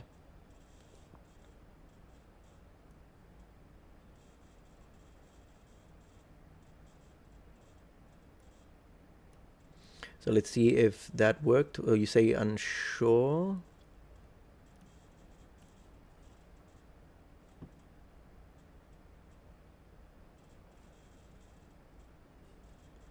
Yeah, Vote Shy says 100% agree. Any law or rule based on something without properly defined terms will fail. It will fail for the people. It will be great for the people in power. So that's the thing.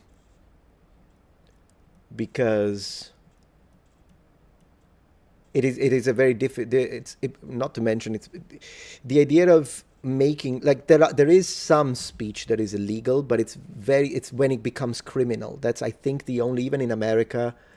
They have these, call them cases or exception, whatever. So like you can't go into a school, imagine like an elementary school, and start using foul language and sexual language to children, or like or even like tell people to go and commit a crime. Like there are situations where it's like you're breaking a law in that case.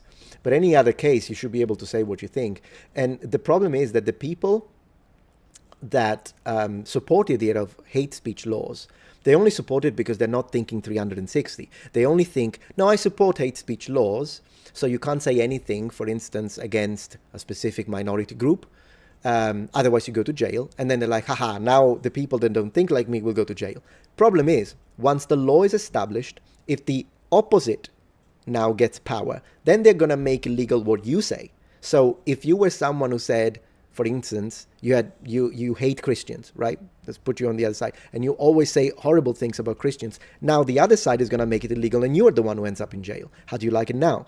At this point, I say, no, let people say whatever they want, as long as they're not breaking laws. And then we use our own freedom of speech to speak back, because I will. Like, I will call someone an asshole if they attack minorities, for instance, just as much as they attack Christians. And there is a lot of anti-Christian sentiment these days. But I wouldn't make it illegal. I would just use my own ability to articulate arguments to speak strongly against them. And if they're just insulting, I'll just frown upon them then.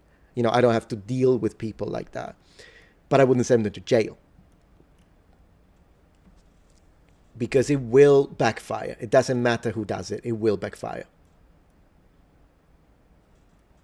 Yeah, screaming fire in theater, exactly. That's something that will get you in trouble, doesn't it? So there are some exceptions, of course, but they are all based on actual crimes.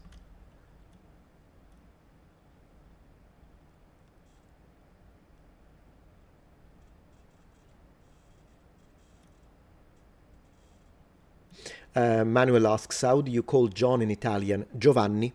It's the word, John is the name Giovanni. Yeah. So, il Vangelo secondo Giovanni. We say Giovanni for John, Matteo for Matthew, Marco for Mark, and Luca for Luke. These are the four Gospels in Italian.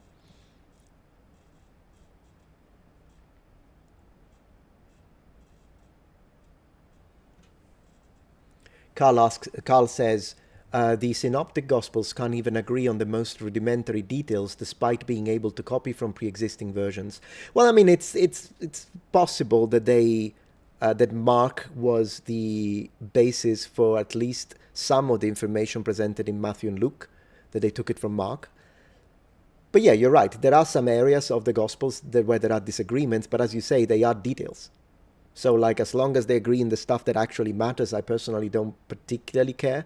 If there are some, which there are, and I know that sometimes on my side, the Christian side, there are some Christian apologetics that will deny. They will tell you, no, there is not even one contradiction, and there are contradictions, they are there, but they don't change my faith in any way, shape, or form, but they're there, and it's dishonest to not admit that. But yeah.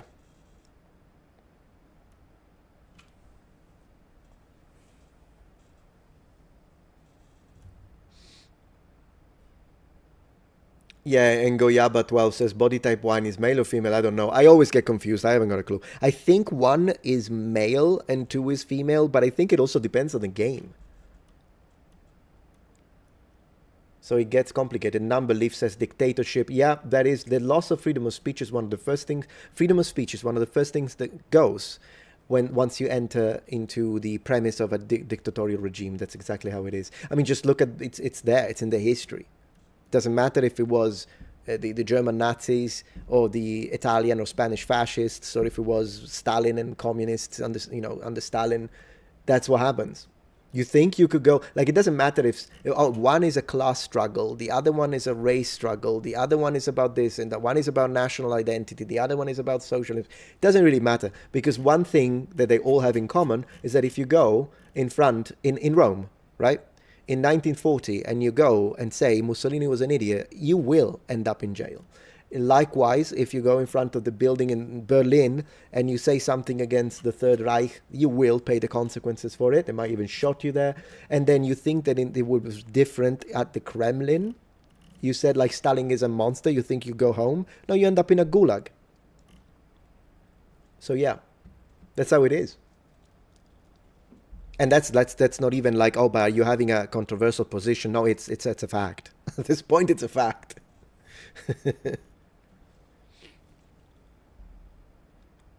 Hey, buonasera, Lupino the Wolf. Very good to have you here.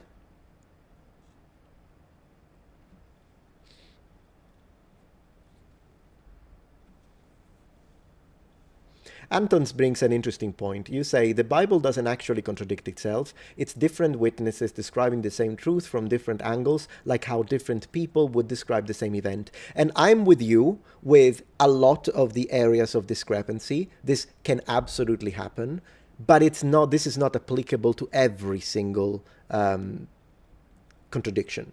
Like, if there are some statements that are objectively different, so one of them got it wrong.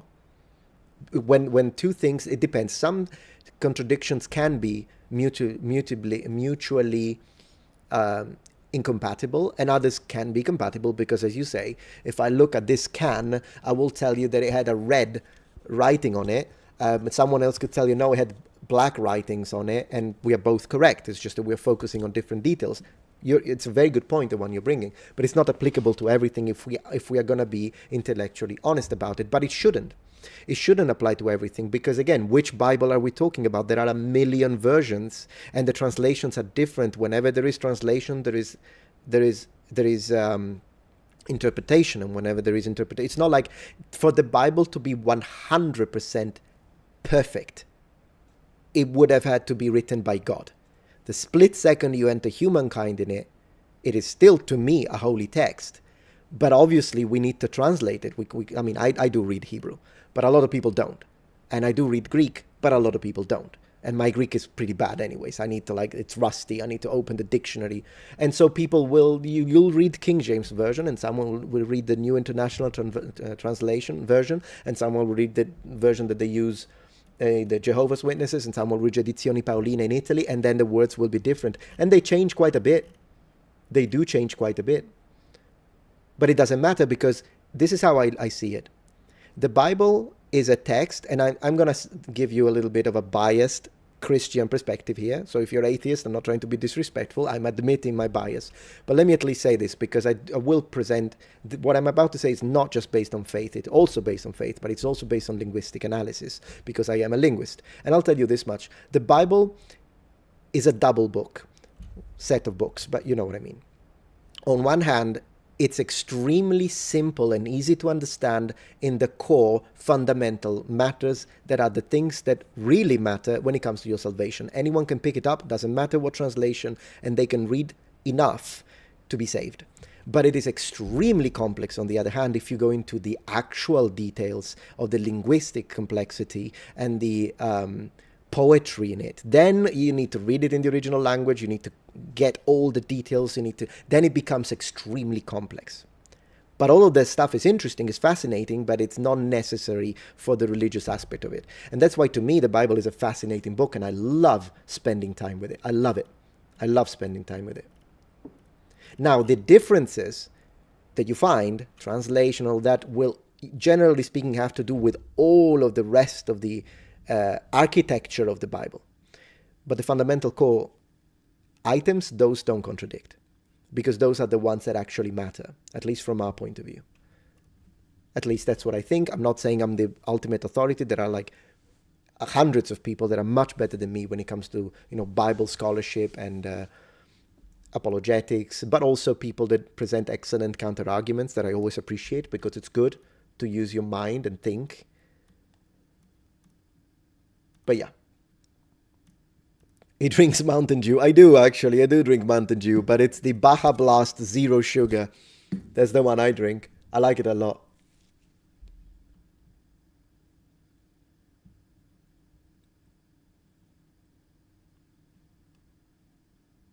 Absolutely, Anton Soloviev. I appreciate you being here. Thank you for being here.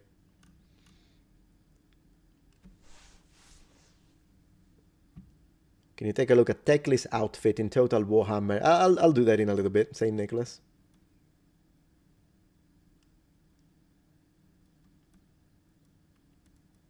Hey, Kaesh. Good to have you here.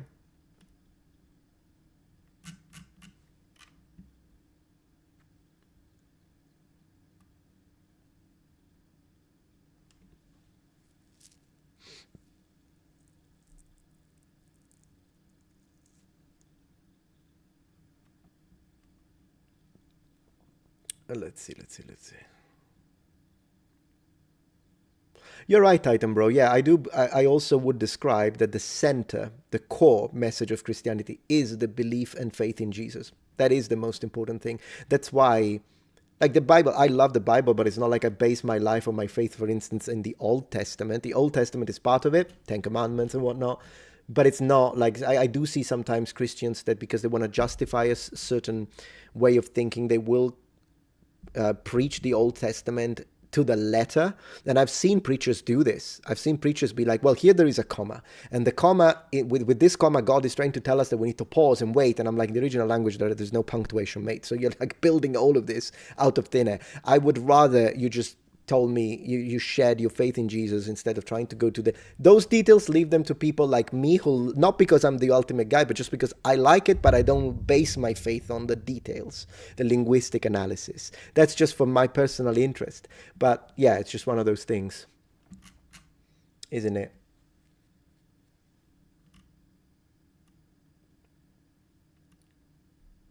And St. Nicholas says New International Version, or NKJ, New King James. Yeah, it's probably most common in the US. I think so, yeah. I like the original King James Version, but I understand how the language with thee, thy, thou can be a little difficult for some people. Thank you, Ray Gonzalez, for the support for the stream. You can dress that pig any way you want. Evil is still evil. Dictators, no matter what, are a bad thing. I agree. 100%. I am an anti-totalitarian at heart. Doesn't matter the flags or colors. You're gonna Baja Blast your cellular walls with the yellow 5 in it. Is it bad? Well, I guess all soda is bad, I suppose. I don't overdrink it though.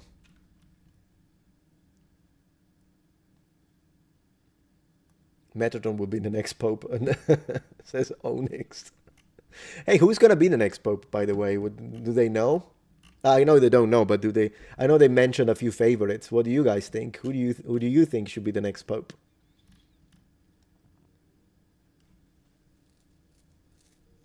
I will play Oblivion MC 355. Absolutely. One of these live streams we're gonna play again.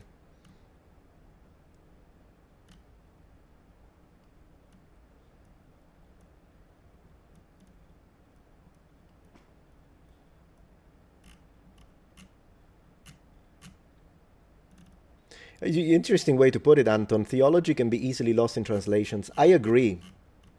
I do hear sometimes, like I'm listening to someone, and they speak and all of this theological interpretation, and like I know the original text, so I'm listening, and I'm like, you know what, brother, I love Jesus, but what you're saying now is nonsense. I will say it if I think it. Sometimes stuff can be like twisted.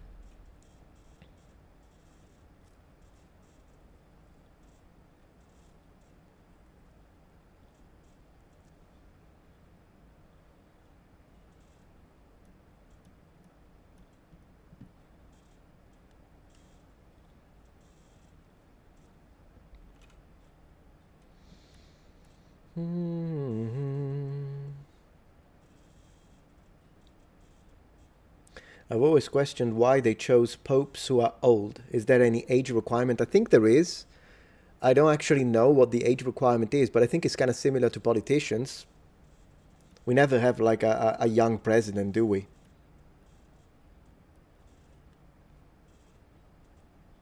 Not always, yeah, but you know what I mean.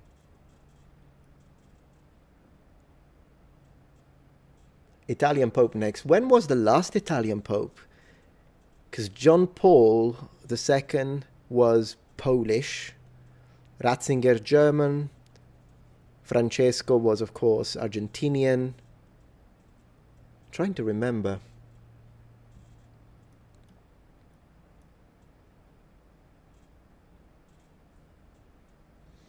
I absolutely took the time to read the Bible, Carl, and I disagree with your statement here. I read it in Italian, read it in English. I've been reading the entire thing in Hebrew, although it's taking me forever because I need the dictionary right next to me. And I keep forgetting the words. Does that happen to you guys? Like, oh yeah, this word. And then I'm like, well, what was that again? And then I need to go look it up because I'm not speaking it. And that's the problem. Maybe I should start speaking it.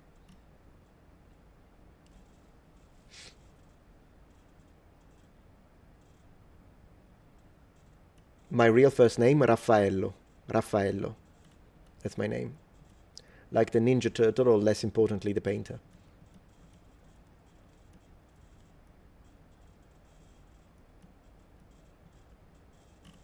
Someone is asking, is the Book of Enoch followed or practiced anywhere? I think the Ethiopian church puts it in the number of books that they believe to be true, which, by the way, change every denomination almost. They will include some books and remove others. This happens a lot. I'm always open-minded. Whenever I'm presented with a book, I will read it with an open mind when it comes to whether or not I wish to believe in it. I don't just believe it because someone tells me or an organization tells me these are the true books, these 7 books and these other 19 books don't count. No, I will read it. Make my own mind.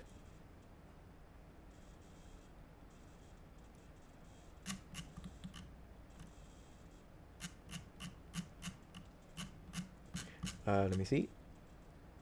Yeah.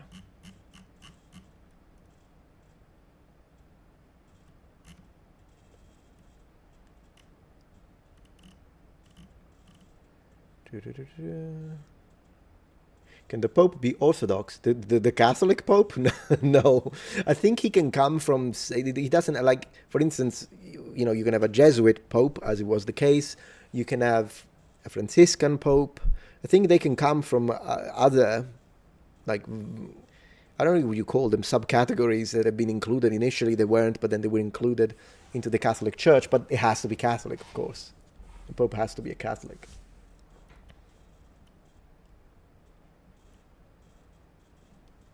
Thank you, Dev, for the $5 support for the stream. Really appreciate it.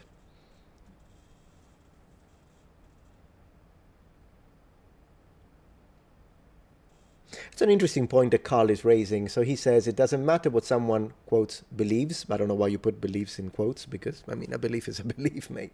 Anyways, they have to prove their case using the scientific method, nothing else, no, not textual analysis, physical evidence. It depends, because I don't need to prove anything to you if I have faith in God, unless I'm trying to force my faith onto you. Then yes, then you're absolutely right.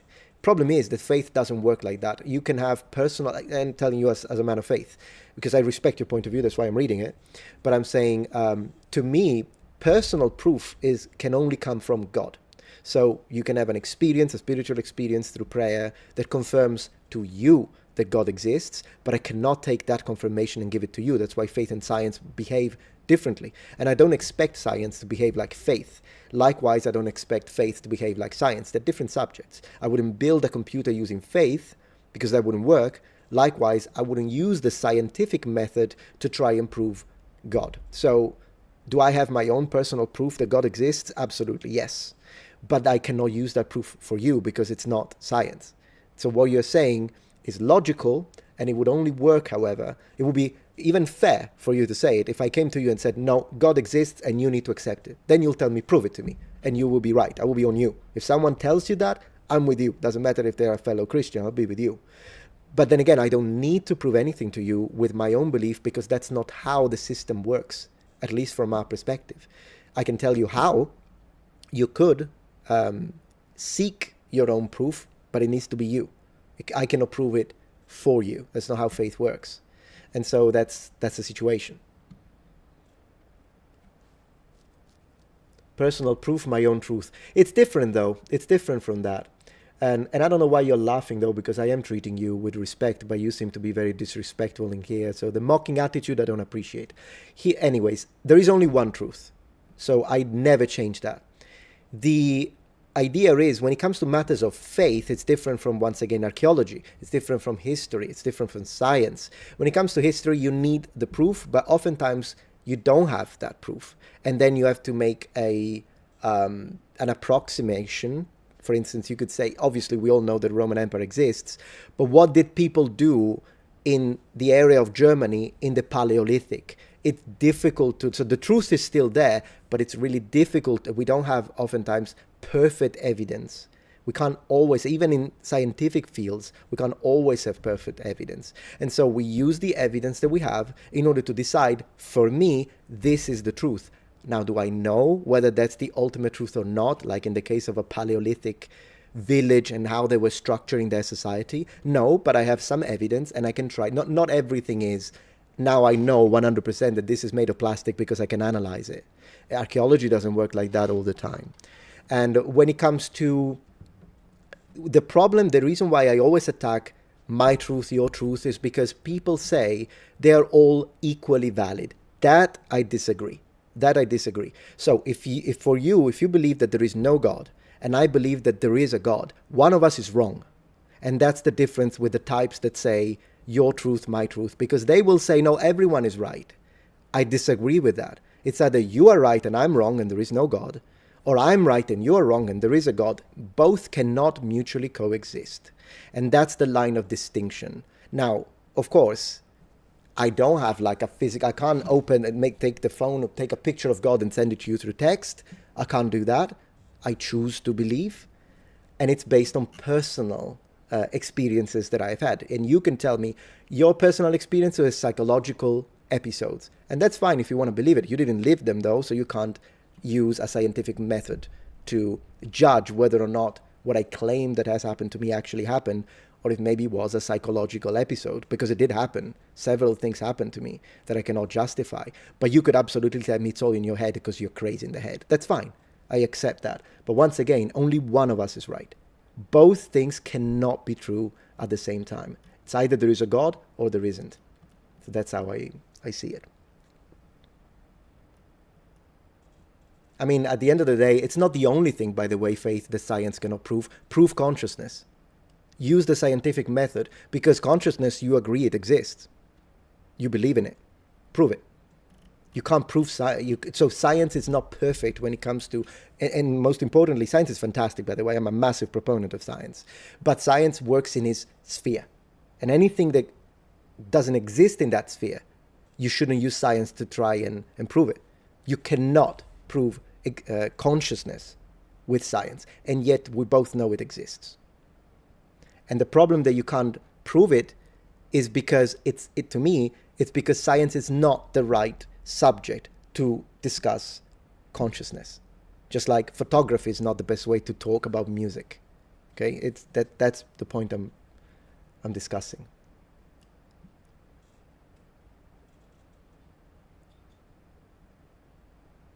Once again, you say, Carlo, you're making extraordinary claims, provide extraordinary evidence. No, I don't need to. I can have whatever faith I want, and I don't need to prove anything to you. I can show you how to get that same experience, but you would have to be open-minded. Or then again, you can tell me, no, I don't want to have it, and I would respect that. I don't need to provide any evidence for my personal belief or faith. That's the thing. And again, I throw it back to you. Your emotions are not reality. All right, you're here to do that. Put user in timeout, 5 minutes. There we go. Because I've been very respectful, but he's not. So it is what it is. So it's similar to this discussion as I was saying. Then I could say, prove the existence of consciousness. Otherwise, it's not real. Yeah, I smell a troll. Me too. I thought it was being real. And as I know, I love debating with people and respecting people that have different ideas. But now I started to think he's trolling, yeah. So at that point, I'm not going to waste time. Francisco Funari, atheist here, he doesn't represent us. Oh, no, I know. Don't worry, mate. I absolutely know that. Yeah, I know. But still, I think it was good to have the discussion because I was happy to be able to present at least some ideas and some counter arguments that that are meaningful to me, and at least it was good for people to listen to those and agree or disagree. That's your own critical thinking, and I respect that.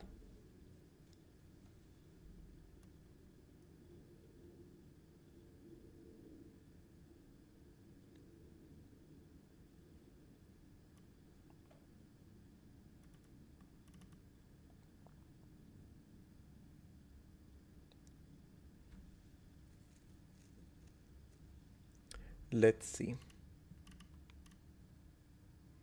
That's a good one. Non-belief. God creating multiple alien species is interesting. Do you guys believe in that?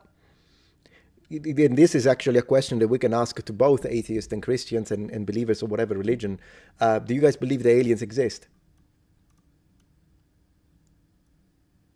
Thank you, Danishan. I appreciate that. Do you like the explanation?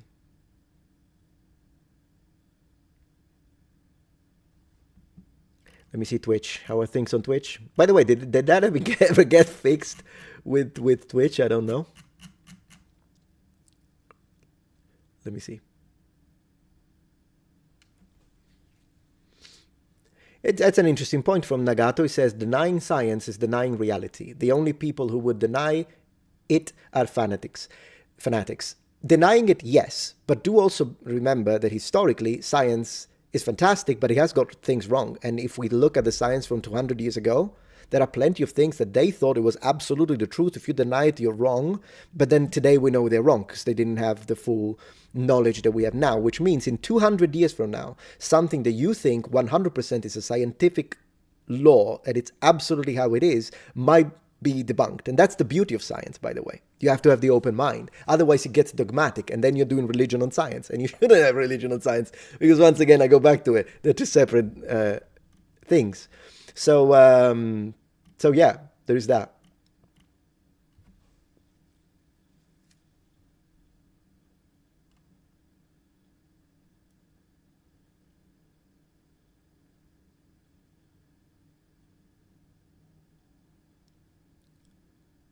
You're right. Yes, challenging ideas is fine provided the exchange is in good faith. I agree. Yeah, good faith. That's what I was looking for. Thank you for the word.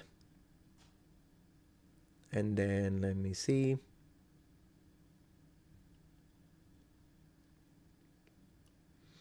Titan Bro says he believes aliens exist. Universe is too big. And then Drake says, I think it's statistically impossible for us to be alone. Yeah, unless there is like a reason, like a filter that we don't know about. I also believe that there are alien civilizations, by the way, I do. Is he streaming on YouTube and Twitch? Yeah, I always multi-stream. But it honestly isn't a reason not to multi-stream. You should always multi-stream. If you are into streaming, by the way.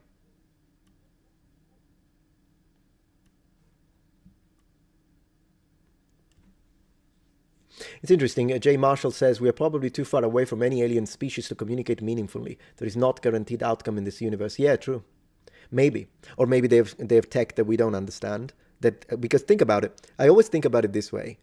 If we went back only 500 years in the past, Middle Ages, right? We are in the late 15th century, let's say. And we tell them, all right, so how quickly can you go around the planet, the world? They would tell you, oh, it's going to take months because the ships. And then I tell you, oh, no. You could technically, if you build machines, you can fly and we can get to the other side of the world in 8 hours. They'd be like, no, that's impossible. They will tell you it's impossible, and they will tell you all the reasons based on the science they have. And yet only 500 years later, we can absolutely do that, and it would look like magic to them. It would be impossible for them to understand unless we really sit down and start telling them everything, but then, it's going to take time. Likewise, imagine if there is a 10,000 difference of technology between us and the aliens. Who can tell what they can do? They can probably do stuff that to us are absolutely impossible. Maybe even going...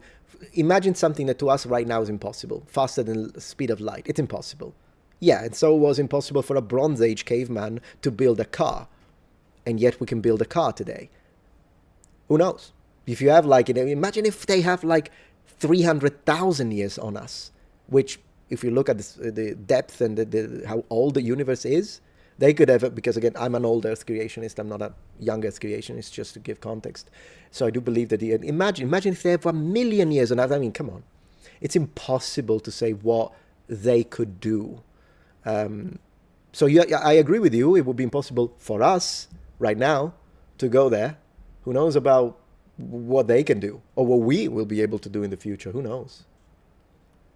Man, it's so fascinating when you think about it this way. It really is.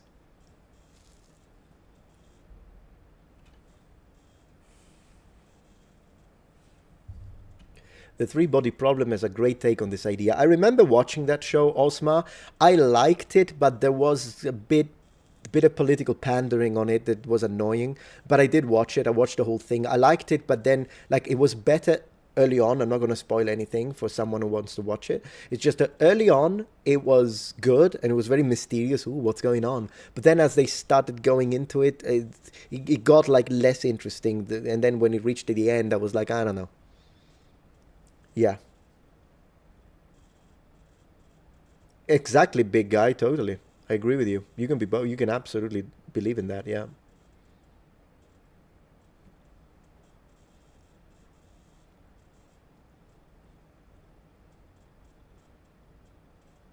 Most importantly, could aliens cast fireballs? I don't see why not. I don't see why not. Multi-streaming is the best option. Absolutely real, Aldrius. There is no reason not to multi-stream. OMG, what if Earth is just a Waffle House of the galaxy? Can you imagine? Why Waffle House? We could be IHOP. I like IHOP more than the Waffle House. Let's be IHOP. They have excellent food at IHOP. I love their hash browns, by the way. Hash browns are great. And then if you add a little New York style ice cream on top of the waffle that they give you there, oh, that's good. Good stuff.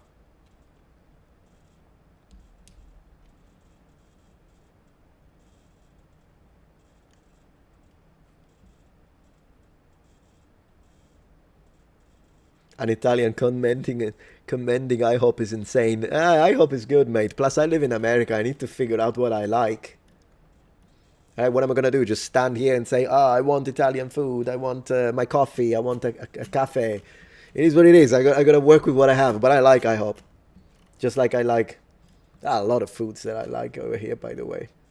My problem with American food is not if I were to describe Italian food, I would say it's good. And if I were to describe American food, because I like it a lot, but it's different, I would say it's addictive. It makes me want, unless we're talking about family food, then that's different. But I'm talking about the usual stuff that you eat in America when you're fast food and that kind of stuff. Then I will say I will say it's addictive. Like I want it more, but I want it in a way that doesn't feel natural. Does that make sense? I don't know if it makes sense, but that's just my perspective, coming from a Mediterranean cuisine specifically. Yeah. But I like IHOP. I could use, and I love hash browns. How about loaded hash browns? Goodness gracious.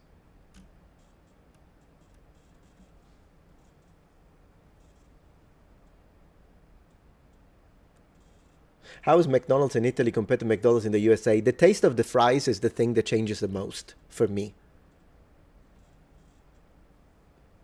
Yeah, they put a lot of sugar and salt here in the food and the coffee.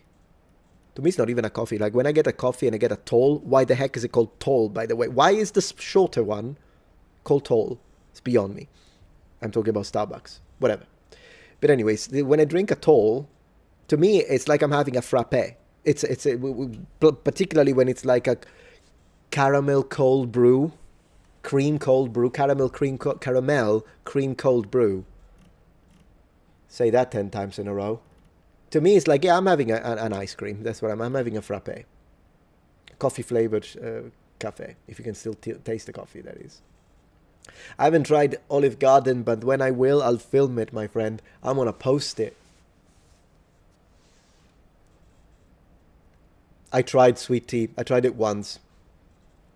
Too sweet, yeah. Too sweet. But hey. You could order a black coffee. That's what I ordered the other day. I actually ordered a cappuccino. A macchiato. So I basically went to... Because we ate at this place at a restaurant, and then I had like cheesecake. So I did have my ratio of sugar for the day because I count it. But then I wanted to drink a coffee, so we popped by Starbucks with the wife, and then I said, hey, I want a macchiato, but no sugar, please. And he's like, okay, do you want the foam on top? No, thank you. Do you want the caramel thing? No, thank you. No sugar, thank you. So do you want, like, I didn't want to add anything. It was just milk and coffee. And it was fine. It was fine. I don't even know why you need all that sugar. I usually don't put sugar in my coffee, by the way, when I make it myself. I will add a little milk, but I don't put sugar. Olive Garden is great. It's probably, yeah, I mean, I'll try, Nicholas. I'll try to go there with an open mind.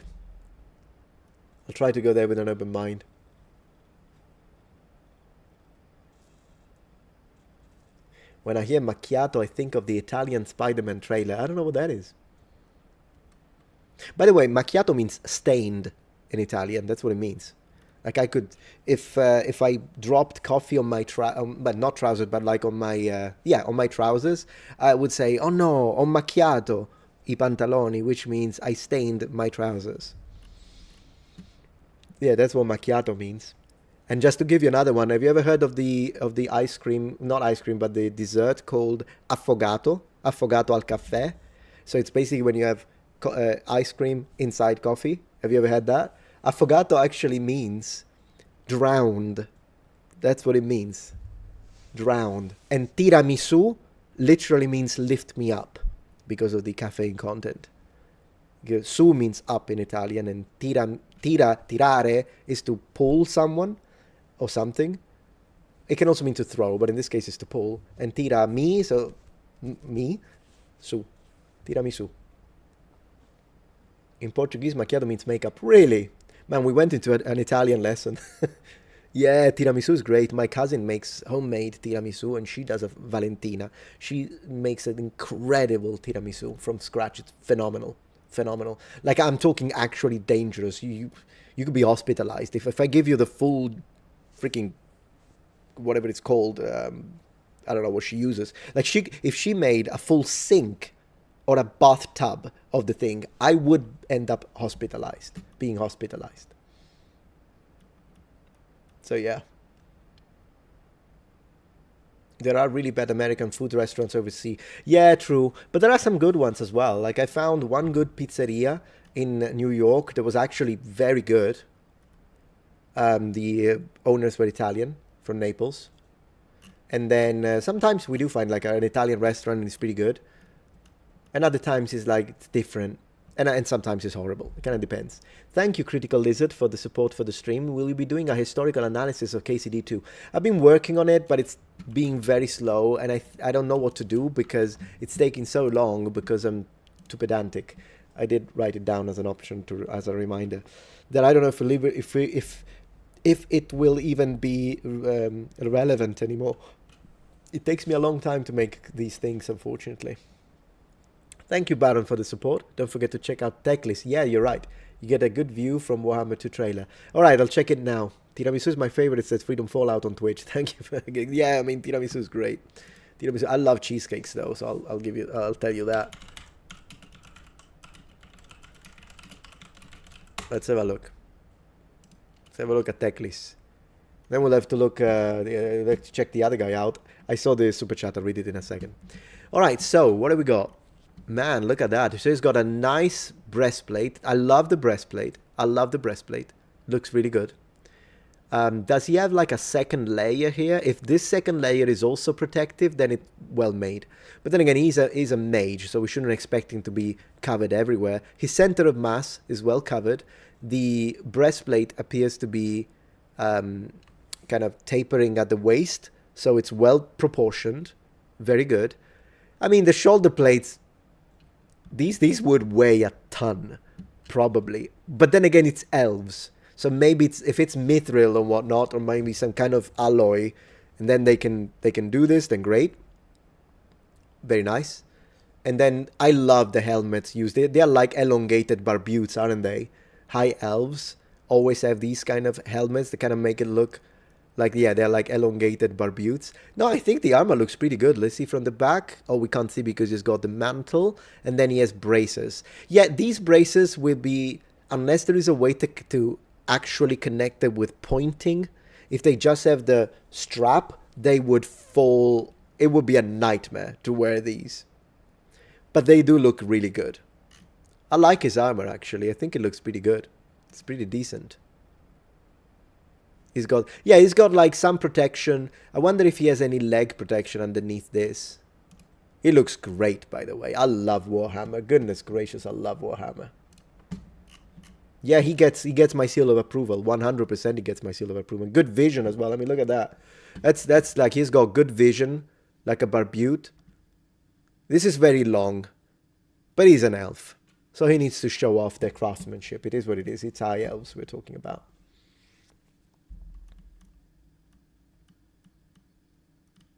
So thank you, Dev, for the $5 support.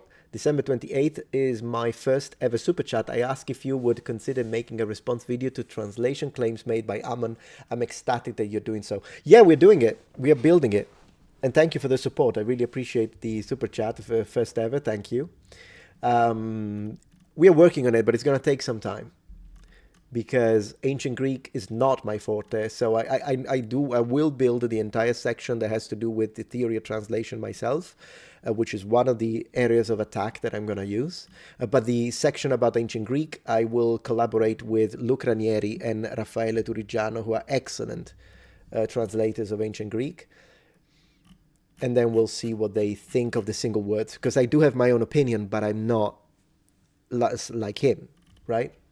He is the expert when it comes to, he has like 35 years of experience. But yeah, what is Ammon? Ammon Hillman is a classicist that has been making very controversial statements when it comes to the both original language for the Bible and translations of specific passages. And yeah, so we are considering making a response video. It's just going to take some time. Seymour on Twitch says Olive Garden is only good for soup and salad, and sometimes they're breadsticks. Sometimes they're a little stale. Oh no. Well, I hope that I don't get anything stale, honestly. I need my food to be fresh. Am I right? Either make it fresh or go home. Thank you, Dave Ross, for the support. Would you make an in-depth video analyzing and explaining all the differences in the Bible from the oldest version to King James Version, showing all significant differences in meaning and implications? I would love to. That would take forever. But I've made quite intricate Bible videos. I don't think I could make something that discusses all. It's too much. But maybe like choosing maybe like 20 or so and discuss them, that could be possible. Thank you for the support and the idea. It's been noted.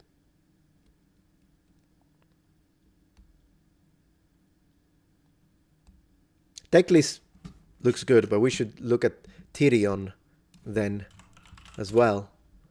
Shouldn't we? I mean, we reviewed Teclis, we need to review Tyrion. It's a set. The guys come as a set. Tyrion, the High Elf Prince. Man, he's got some scale there. Is that scale? Let me see. Wow. Yeah, he's going heavy on the scale department. And it's interesting that he's going for an apron because that's pretty much the approach of the Japanese. But then the rest of the armor looks very European inspired. Man, that helmet. Okay, so there is no way that this is solid metal though. This has to be hollow inside and maybe relatively thin. But then again, it's magic, so it doesn't matter. It doesn't have to be anything. I'm just saying. Maybe it's not. Maybe it's just magic. But I love the the combination of scale and plate existed historically. I've seen YouTubers complain. Even once I heard Shad complaining about it, but maybe he didn't explain himself right. So I don't know if he... I did say it. I made a response video to him and I said, Shad, scale and plate is absolutely historical. He seemed to suggest that it wasn't, but maybe it's the shape that he was complaining about of the collar and skirt. So I may have misunderstood him. This is not like an attack on Shad, of course. But I'm saying the combination of scale and plate, absolutely historical. In fact, sometimes scale is used instead of mail. It gives you less mobility, provides a bit more protection, depending. And I think it looks great, by the way. Is this gold or is it gilded? It's probably gilded. Tyrion for the win, by the way. I have the miniature. I still have the original miniature. Voteshall says, now that you are in the US, have you had any interest in Native American languages, histories, and beliefs? 100%. I'm fascinated by Native American anything. Anything. I wish if I had more free time, I would spend time to learn about all of these things about Native American people and also about Nordic cultures and languages. I would love to learn Swedish, for instance. I think it's part of the main plate. Maybe it is, Baron, yeah.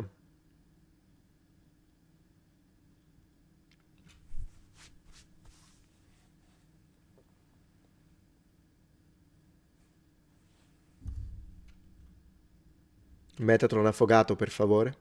Ok, negato. Am I a restaurant? Let me see. His armor is magical. You're absolutely right, St. Nicholas. Yeah.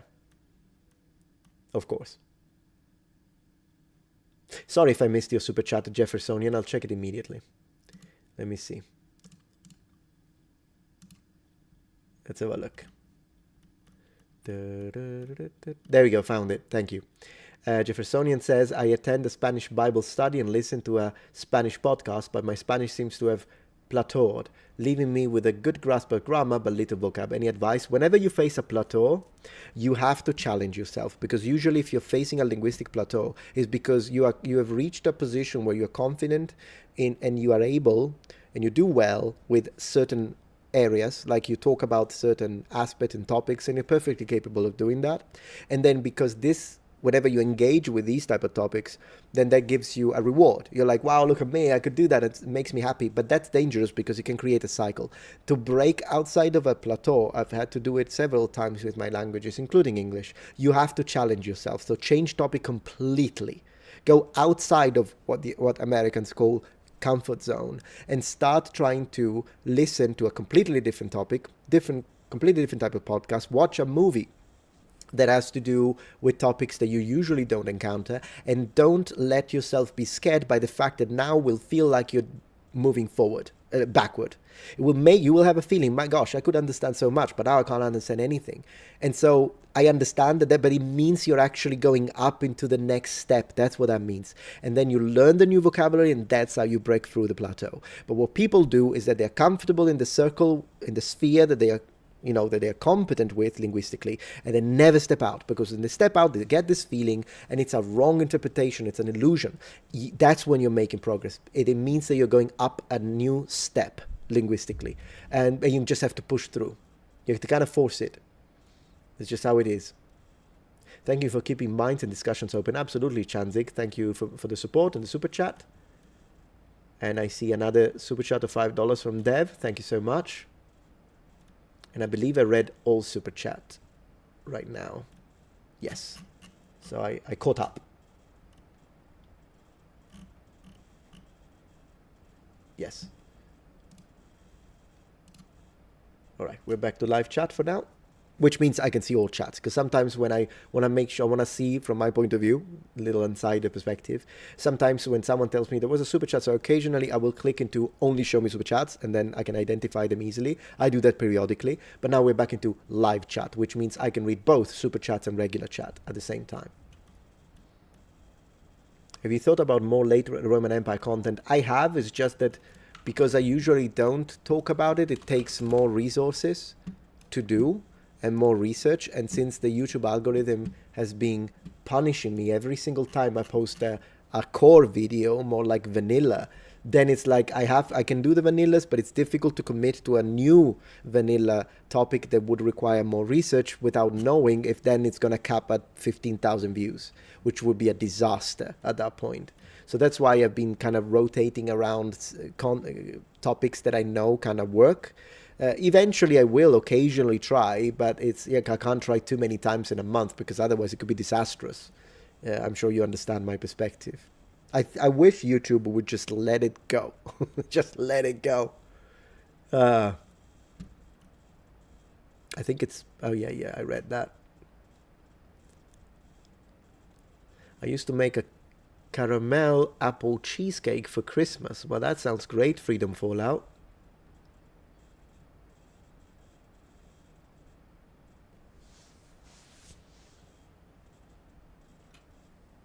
Oh, absolutely, yes. Some originals do exist. Legato, a lot of originals, in fact, exist that are written in ancient Greek, yes. And then you also have copies, of course. Kind of depends.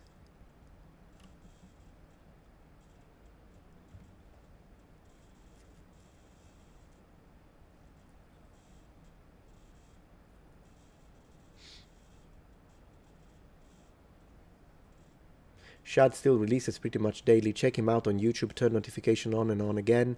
YouTube tends to glitch them. Yeah, it does happen. Same happens with my videos, to be honest. I think there are plenty of videos there are some videos that I post that maybe you're not interested in, and that's totally fine. But I think there are plenty of videos that if you got the notification, you would have been interested. And I know that because sometimes people in the comments will tell me, man, I wish you would speak about this. And I'm like, I did 3 days ago. But unfortunately, you didn't get the notification. So it's not the viewer's fault. It's the machine. It's the damn machine that is failing at doing what it's supposed to do, which is to send the content that people would like based on their usual preferences. Activists don't like historical creators because they don't agree with. I agree, Lord Tyler. That's a spot on description. Spot on. Absolutely. Thank you, Evil Black, for the $10 donation. Brutal but cunning, or cunning but brutal? Ooh, I don't know. Brutal but cunning. Maybe cunning but brutal, I would prefer. From Ireland, love your work and insight, Metatron. Thank you, ask me why. Thank you. The algorithm is working as intended. That's the problem. It's intended to have a thumb on the scales. You're right, Samer. Unfortunately, I have to say you're probably right. You're probably right.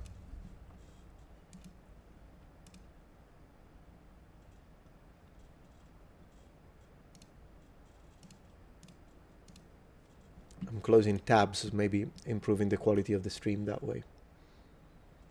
I still cannot separate coffee from drinking whiskey, says Hunter the Gargoyle. Like, what do you mean? Hey, Raf, how are you? Very well, sir, dude, man. Good to have you here. Welcome, welcome.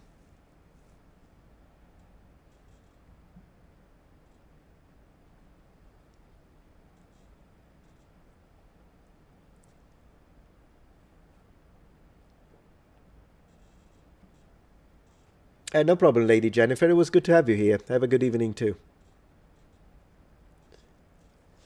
Next video will be a hair care routine one, I bet. Metatron's sponsored by a shampoo. I would take a shampoo sponsorship. It would be great. It would be basically like a meme. Could you imagine that? Like, and I have to actually show like that oh, that would be so funny. Man, I would do it. I would do it just to troll. Use the subscription page. It shows everything chronologically. I agree, YJ, but I think I do. Like whenever I want to watch content from a creator that I like, I click on the list of videos and just choose. But I don't think a lot of people do that. I think a lot of people just watch what they are fed from the feed, by the feed. I think. I might be wrong. I might be wrong. In fact, let me know, guys, what you think. What do you do? Do you watch your feed, or do you watch literally go and click and manually select the content? Maybe it's a bit of both.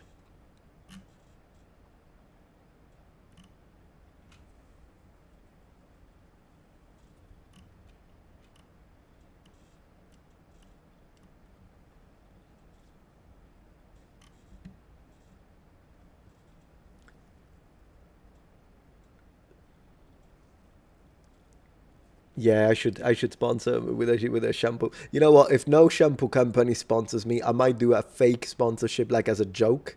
I might do it one of these days. If you see me do it, it'll be like, oh, he said he would on a stream. I'm totally gonna. Oh my gosh, I'm gonna troll so hard. I'm gonna do it, and then I'm just gonna tell people at the end of the thing that it's not real. And you'll be the only ones to know. How many people? Like 300 people watching? You'll be the only ones to know.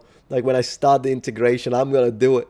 I'm gonna do it. You'll be like, oh, he's trolling, and you'll be the only ones to know out of thousands of people. I'll be like, yeah, if you wanna, and yeah, oh my gosh, it's gonna be so funny. And if you think that the silk used on my brigandine is nice, then how about you get your own hair as silky with today's sponsors? Oh my gosh, I'm so gonna do it. I'm so gonna do it. Head and shoulders. Head, shoulders, and so head and shoulder plates.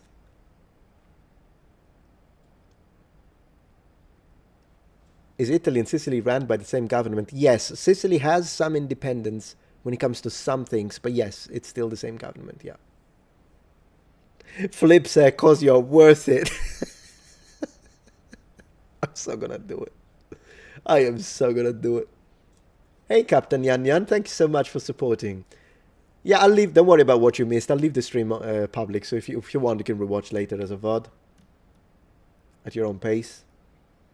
Raid Shadow Legends. Goodness gracious, I actually did that once. I pretended to do a Raid Shadow Legends. I told them immediately, though, because I know people get pissed. But I was like, all right, and thanks so much for today's sponsor, Raid Shadow Legends. And then I went, no, I'm joking. Yeah. But I did do the introduction with the music. I actually did it right. I don't remember what video it is, but I did do it. Like I went into the fade out, fade in, the music, because I use lounge/jazz music in all of my sponsorships. I've been doing it for years. So the music starts, and I said, but now I would like to take a moment to tell you about the dear sponsor that made this video possible, Raid Shadow Legends. People went like nuts. And then I'm like, I'm joking. Calm down. That was so good. That was so good. Yeah. Could you do a language review of Corsican? Ooh, Rebecca, that's a fantastic idea for my second channel, Metatron's Academy. I don't think I've done Corsican. I've done Sardinian, but I haven't done Corsican. I'm so gonna do it. I've never heard, nor have I ever met someone from Corsica. So that would be nice.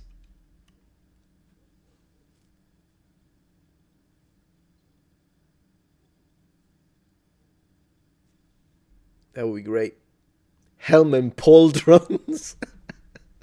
Oh, okay, I'm doing it. I'm writing it. I'm doing it. Helm and pauldrons. I'm so gonna steal that. Because you're great. It was a great idea, Seymour. Helm and pauldrons, and I'm gonna stick it with one of these. I'm gonna stick it on the shampoo bottle. And that's gonna be the hint that I'm trolling. How about Occitan? I have a video dedicated to my reaction to Occitan. By the way, it's on the second channel, Metatron's Academy. I just posted a video entirely in Sicilian there, by the way. Do Corsicans exist? Yeah, they do. It's only Australians that don't. They're just British actors. They're paid off. Genoese is a good idea. Genovese. Thank you, Baron, for the support. You've been very, very, what's the word? Generous. Taking off to lurk, but I will leave with the thought that we need to promote civil discussions to understand when it comes to the left and right society. I agree.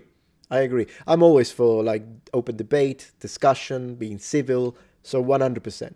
100%. Also because I noticed in my experience, whenever I have a discussion with people who aren't toxic extremists, even if we have some points of disagreement, we will also find some points of overlap, regardless of whether you're a conservative or a liberal, whether it be in the economic spectrum, whether it be in the society, whether it be in politics, policies, and all that kind of stuff. But the extremists, there's no way. There's no way.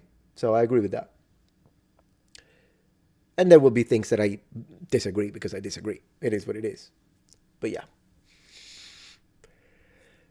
Lol, Shad is talking about Nexus Mods just now as well. So is he live? Because if he's live, I'm gonna go troll on his channel. Or is it a video? Let me see. We could troll live. Let me see. What happens if he's live and I watch his live while he watches my live? What happens? It's going to be like, you know, when you put a mirror in front of a mirror and it goes forever? Maybe that would happen. Ooh, he's live? I'm so going to do it. Wait, is it on Shadiversity or is it on Night's Watch? What is it? Because I do watch Shadiversity, but I don't really watch Night's Watch. So that's probably why I'm not getting the notification. It's Night's Watch, or I'm clicking it. I'm clicking it. There he is. There he is. I'm so going to tell him. Guys, it's Reactception. It's Reactception. I'm gonna comment. I'm gonna comment and I'm gonna say I'm reacting to your live while I'm live, mate. Instead of reacting, let's do watching. Let's see what he's gonna say. I want to see what he's gonna say. Let's get some volume here. We're gonna troll him. We're gonna troll him so hard. Because if he shares the screen of this, what's gonna happen? I'm really curious, and then we'll go back to us. But I need to see.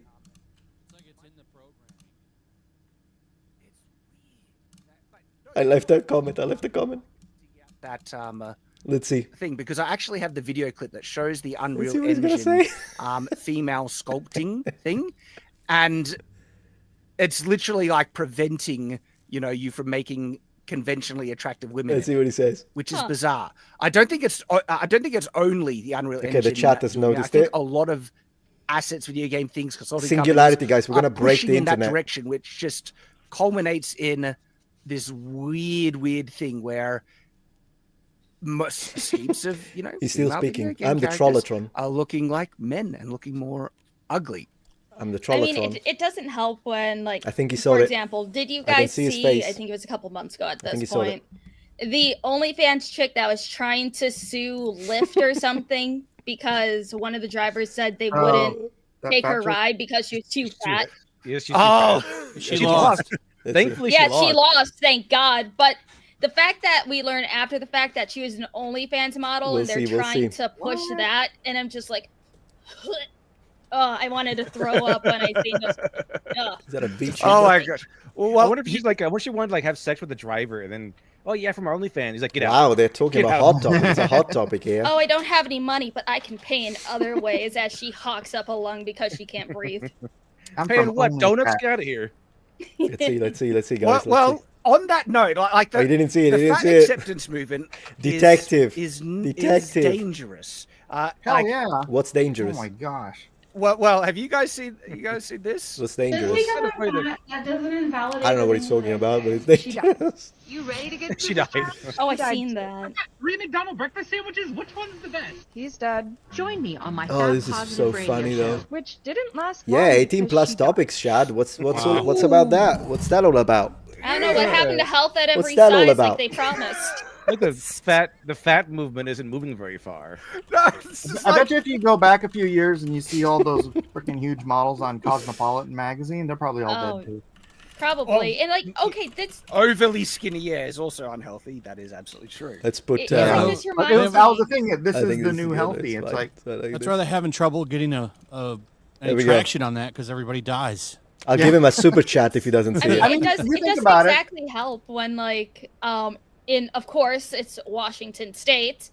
They have now running for about 3 years now. They have a convention called FatCon.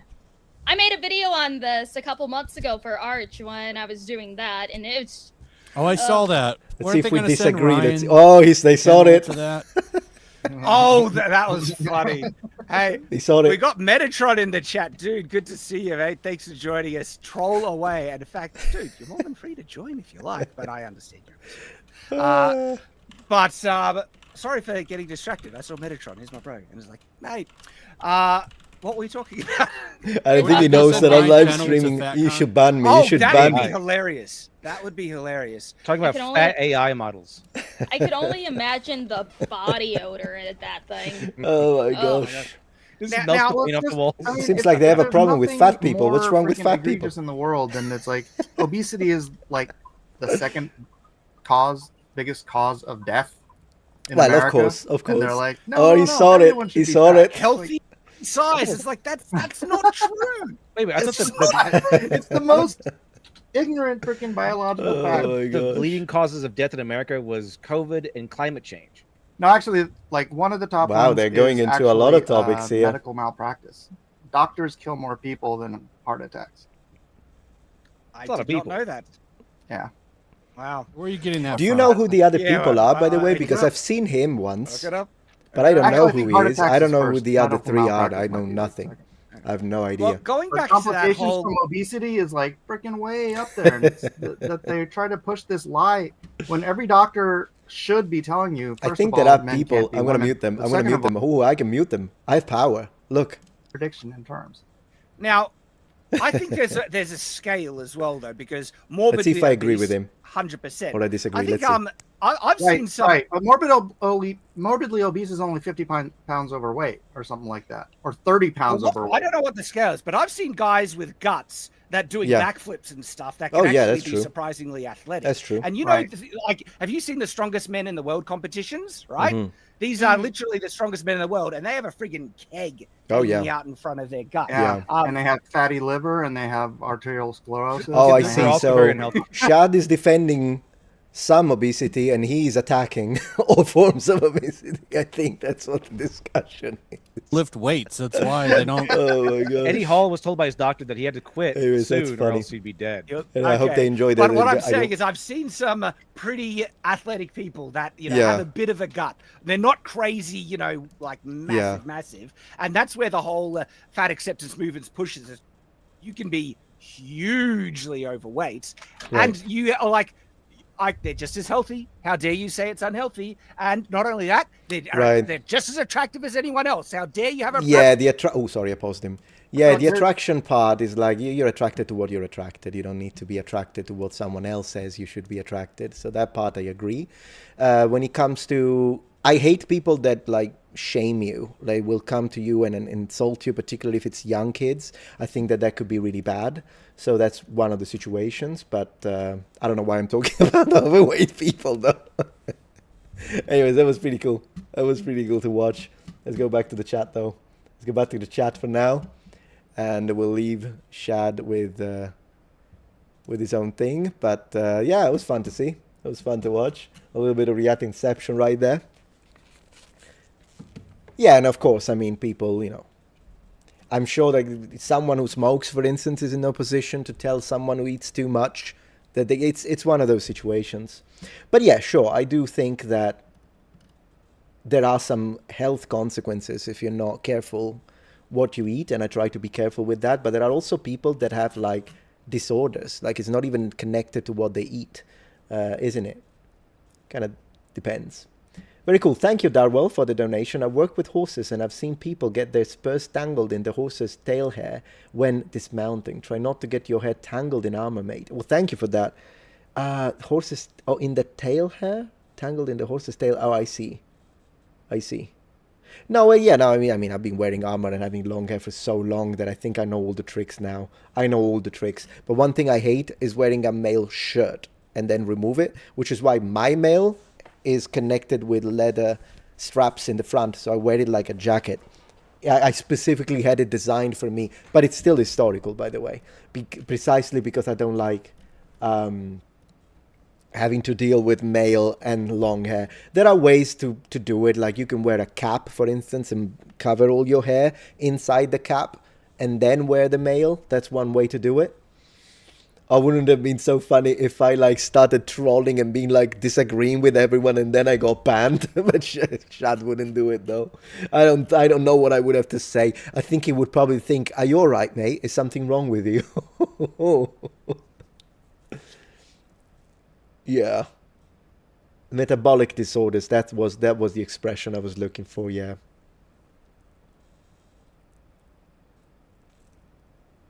That's correct, Baron. It's a good way to... Yeah, I think when it comes to like political takes, Shad is definitely more right-wing than me. I still think because people are like, oh, he's so right-wing, you shouldn't hang with him. No, I think he's a decent person, and that's what matters to me. I don't care if you're left or right or center. I only care about, are you a decent individual? Are you a decent human being? And to me, Shad is, because he helped me when we were in need with my wife. I already explained the whole situation, and he was very supportive. So that's all I care about. He's definitely more right-wing than me. I'm more of a moderate, as you guys know. So on some areas, I'm clearly on the conservative side, but on some other areas, I'm more either like centrist or even in some economic aspects, I may agree with the left, depending on what we're talking about. But yeah, whatever. I mean, to each his own, right? If people love Shad, they should go and subscribe. If people like you, if for you is a bit too much, I get it. 100%, I respect that.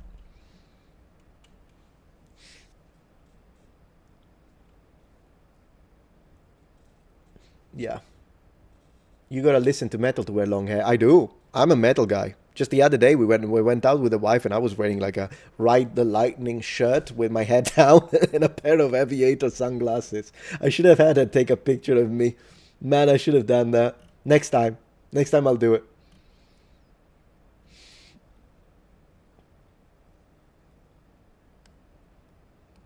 Random person says, I used to be fat. I lost 30% of my body weight without becoming a gym rat or spending on a fad diet. It's possible. It's nice. That's good. That's a nice success story.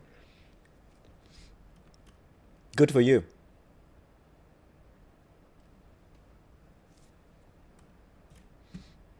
Attraction is personal. I agree, St. Nicholas. We're all attracted to different people. It's hardwired. I do think it's hardwired genetically. And then there is a component of culture and the way you're brought up, and these two things, I don't know the percentages, I haven't got a clue, but I think it's both things that then make us become attracted to certain types, to certain people, to certain hairstyles or hair colors and all that kind of stuff, and certain personalities as well, because it's not just a matter of physical. Of course, the physical aspect is probably one of the most important aspects in being attracted to a person. But then there is also their mind, that the way they joke, the way they speak to you, how compatible they are personality-wise and all these things. That's one thing that I love about my wife, that we both love video games and we're both nerds. And that's very important, right? Because sometimes I read stories of like the guy is a nerd, but the girlfriend hates everything he does, and then he either needs to hide it or they're constantly in conflict. I mean, she can be gorgeous, she could be a supermodel, but I don't know if I could handle that, to be honest, particularly if there is a marriage. Like, it's important to have that person that at least, she doesn't have to share your hobbies, but she needs to at least respect your hobbies. And then she has her own hobbies, right? If it's a person who tries to be controlling with your hobbies and shames you for like, oh, you're a man and you still like Jada toys. Yeah, the guy likes Jada toys, shut up. At that point, you like makeup, so whatever. You know, it's we all like our own things. We don't have to justify what we like. But it's nice when we both like the same thing, because my wife and I, we spent 4 hours and a half playing Diablo 4 together. And I'm happy that we could do that. And she was the one pushing me. She's like, come on, can we play? Can we play? And I'm like, I don't know, I need to finish the research here. Come on, can we play? Can we play? I'm like, all right, let's play. And so we played for 4 hours.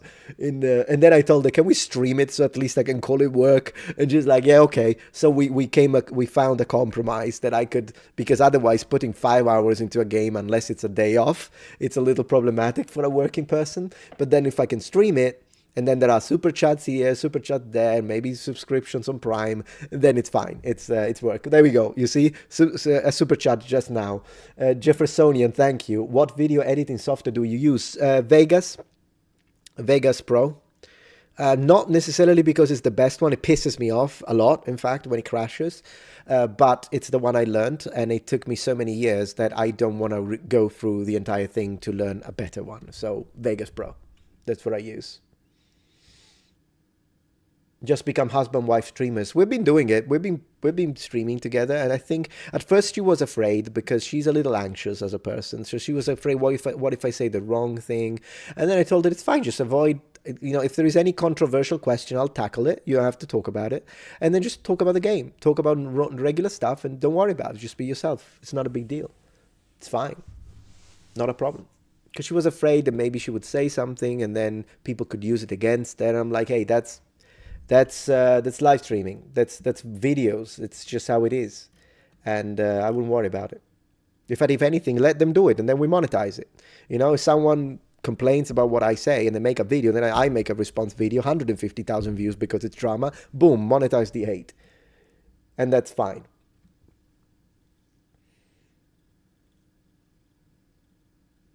So yeah.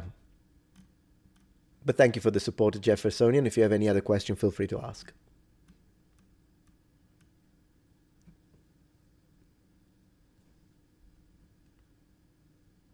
Yeah, Liminal, exactly. I have a Megadeth shirt. I have a few shirts like that. Yeah.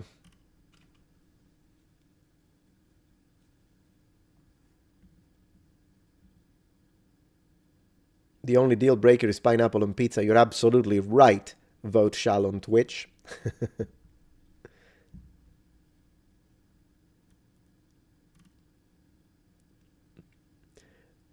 Yeah, Meta Wife is really nice. Saint Nicholas. Kenzie, her name is Kenzie. Plus, I love her name. I think she has a nice name. She could have been called Brigitte. There's nothing wrong with that name. I'm just coming up. You know why I said that? Because there is a character in... Brigitte is a character in... Gosh, what is it called, that game? You know exactly what game. It's a character that pisses me off so many times that I would have a problem with that. And yes, Iron Maiden is the other shirt I have. Brigitte is a character in Overwatch. There you go. Man, she pisses me off. Thank you, Overwatch. Yes, Darwell, exactly. Like Farah. But Farah is a character I like, so I wouldn't have a problem with a wife called Farah, for instance. It kind of depends. My favorite armor set that I own, the plate, probably is my favorite. The 15th century plate. You like Brigitte? She's nice. I like her cop skin, her police officer skin. I think that one looks nice. I don't know why she annoys me, though, with that shield. Does Metatron have US citizenship? Not yet, but I've been... I received a letter from the American government that said that I'm now allowed to begin the proceedings, because that takes a few years already to get to this point, but they said that I can do it. So yeah, I'm just an alien right now. No problem, Mario. Thank you so much for joining the stream. Really appreciate that.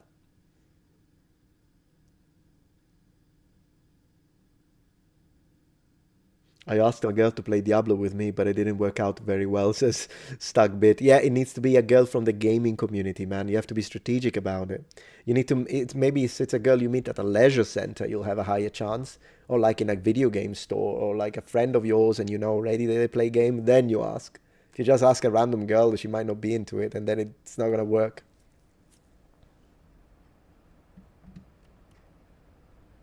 Oh, I doubted my left. He says ICE visiting impending. I pay enough taxes for the government to like me, I can tell you that much. As an Italian, did you appreciate Lies of P? I only lasted 10 minutes, it was so hard. I didn't try it, but I know what you're talking about. It's the one about Pinocchio, right? Is it like a Souls-like? Is it like a Souls-like? How am I talking? Is it a Souls-like? I didn't play it. I know it's a joke. Of course I know it's a joke. Kind of pulling your leg as well.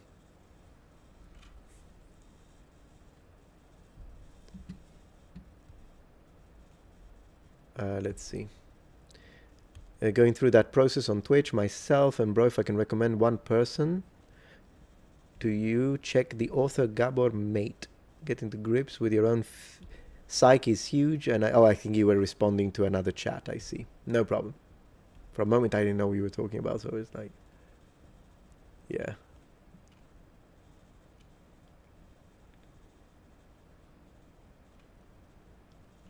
Good evening. Oh gosh, how do I read your name? Cegenescu. Cegenescu, maybe? Good evening to you.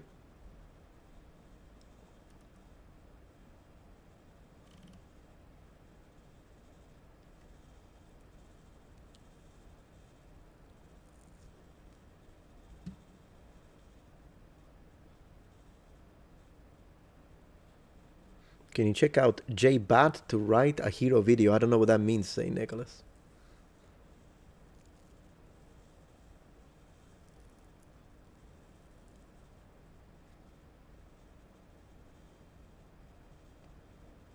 Oh, Oblivion, Terry, I love it. Oblivion has always been my favorite,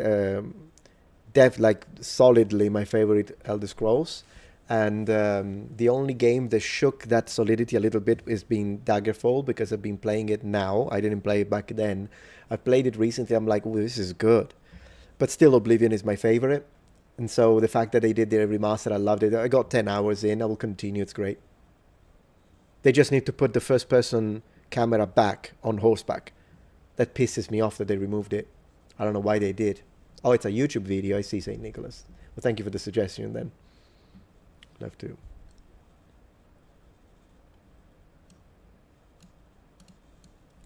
I added it to the suggestion bucket.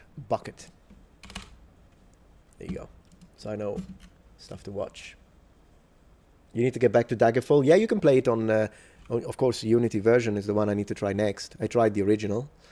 And, man, I love the textures. I just love the texture. A little like Minecrafty, just to give you an idea if you haven't watched it. A bit like Valheim as well, that kind of textures, and I love it.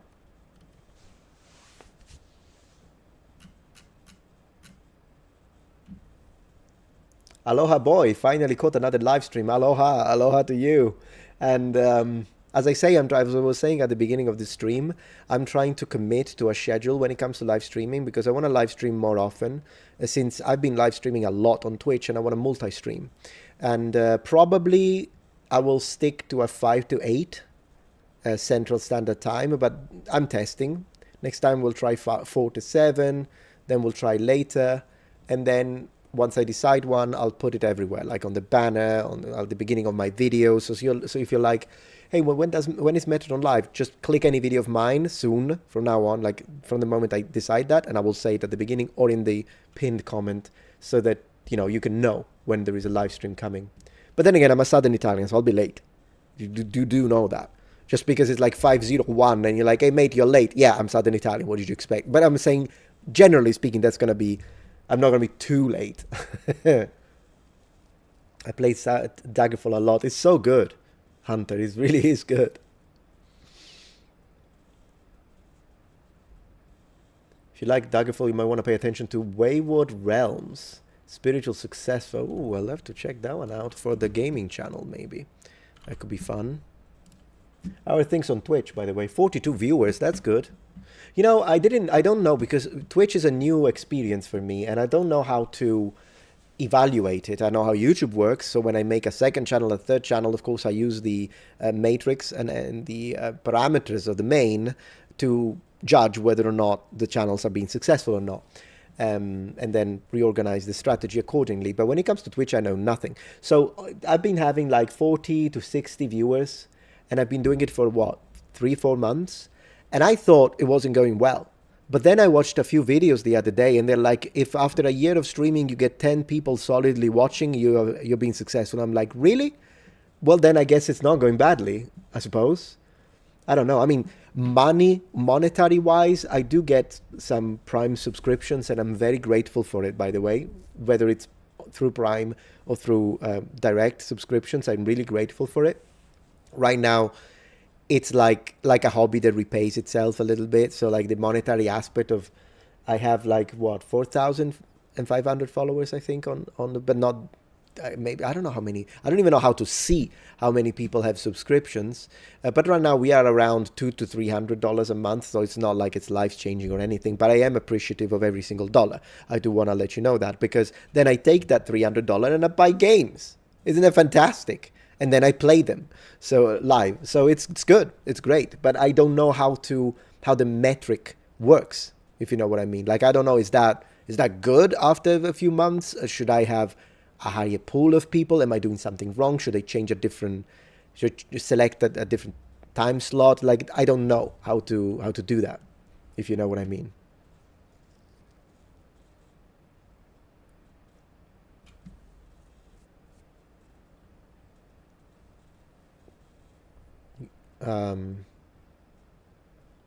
your subscribers are used to using YouTube to see you. No need for Twitch, actually. There is a massive need for Twitch. And you know why? Because if you put all your eggs in one basket and tomorrow YouTube decides channels that talk about weapons, armor, and ancient Rome demonetized, what am I going to do? So that's why it's important that Twitch is outside the sphere of influence of YouTube, and so is Patreon, which is why I've been dedicating time to build those communities, because you absolutely cannot put all your eggs in one basket, because it's very volatile. Things are going well right now, but you have to have other sources, because if you lose one, you don't lose everything, if you know what I mean. And that's very important when you're a provider and you have a wife and a dad, because I send money to Italy to pay for his rent. They depend on me, and so I have to make sure that I am strategic about it. And this is why I've been building the Twitch community, and I've been watching videos, and I'm trying to figure out how it works, and hopefully it could get to a point where maybe Twitch can make 1,000, 1.5. That would already be nice, because I do have multiple channels on YouTube, but it's still all connected to a single AdSense. So the money generated by my second channel, it helps, gives me a little boost when the main may be struggling a little bit, but it's all in the same basket. So if you lose AdSense, and I have been demonetized twice, so it's not like it's not a real possibility. Yeah, exactly, Carlo, you have to diversify. You have to do that. So Patreon is doing well right now, and that's why I always keep my Patreon public. You don't have to, and a lot of creators keep it private in the sense that you can't see how much they make. I've always kept it private since the very first day, and I'm one of the early pioneers when Patreon was a new thing. Like, I made my account like a decade ago. So I have a special cut, like they take less than usual. Like if you open a Patreon account now, they will take a big cut from your earnings than they do from me, because I'm one of the original pioneer creators on Patreon, and I had this decision to make it public so people can see it, how much money I make, or keep it private. And I always kept it public because I want people to make an informed decision when they choose to support me instead of other streamers or YouTubers. Imagine if someone has like $20 a month and they're like, should I give it to Metatron or should I give it to this other guy? Well, if the other guy is more successful than me, I appreciate your support. But if the other guy is only making $300 a month, currently on my Patreon, I make $3,000 a month, then I think people should make that decision, and maybe they'll choose, no, then I know this, then I can give money to this other streamer that is more in need. And that's why I keep it public. It's the only personal information account about money that I keep public. I don't like to discuss how much money I make on YouTube because it's a personal, private matter. But Patreon is different because people are making a decision, and I think it should be informed. An informed decision. Thank you, Yo Guide, for the donations. Sono io di nuovo, spero tutto sia liscio per te. Tutto a posto. Grazie. Thank you.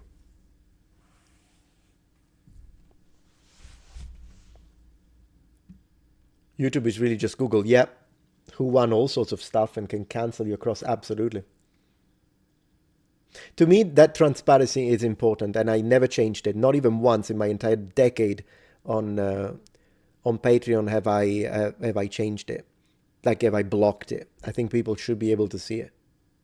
Say hello, Lord Ra, good to have you here. In fact, if you are considering opening a Patreon, ask away. Any question you have, let me know, and I'll let you know. Whatever you want to know about Patreon, I'm happy to share. With everyone getting Amazon Prime with their cell phones, a lot of subscriptions up for grab. On Twitch, absolutely. I noticed a lot of people using their Prime subscription on Twitch last month, on my Twitch, and I really appreciated it. Talking about Twitch, let me see how things are going. How much does it piss you off that people from other platforms tell you how to run your account? It's fine. I mean, people can have an opinion. It's just that oftentimes it's uninformed because they're not behind the scenes. So maybe they'll say something based on the information they have, and they'll just be wrong because they don't know how things work back here. And Nagato says, Twitch is the same basket, but read our messages sooner. I'm trying to, it's a lot of messages. How is it the same basket though? It's not. They're monetized differently. So that's not true. I even have to submit different tax forms, one for AdSense and one to Twitch. They're separate. In fact, at the moment, I'm only an affiliate on Twitch, but if I can manage to get up to a consistent 75 people watching, I'll be able to become a partner, which will increase my cut on Twitch, which would be nice from the subscriptions. I need to integrate the chats. I'll do it. I'm looking into it. Maybe tonight I'll watch the video that shows you how to do it. I think I need to download a third-party program, but I'll see. I'll fuse the chat so that, yeah, we'll do that. Don't worry about it. Work in progress. Work in progress, guys. Thank you for your patience.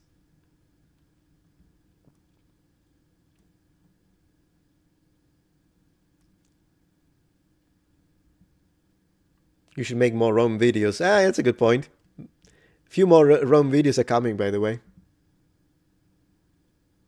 Only 20,000 away from 1 million subs. Yeah, that'd be nice. I'm looking forward. In theory, with current growth, it should take me 2.5 months.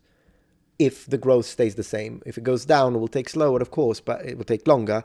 But if it goes up, like if some videos do well and we start getting more subscribers, then we might get there faster. But I think objectively around a couple of months is what's going to take, at least, to hit the million. And then I'll order the subscribe button. That'd be nice, man. 12 years in the making.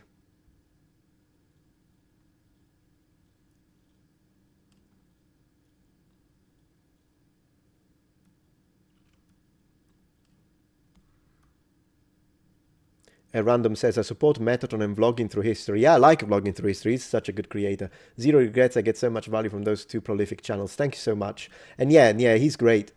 Vlogging through history. He's a great channel.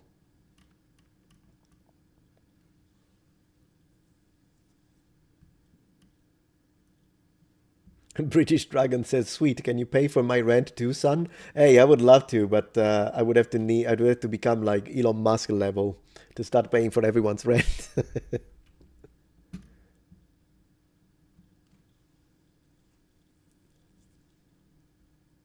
Let me see. Wonder X Metatron, do you receive the Patreon directly, unlike through that agent that screwed you over? Yes, it's direct. Patreon sends me the money every month directly to my. Yeah, they send me the money every month. Yeah.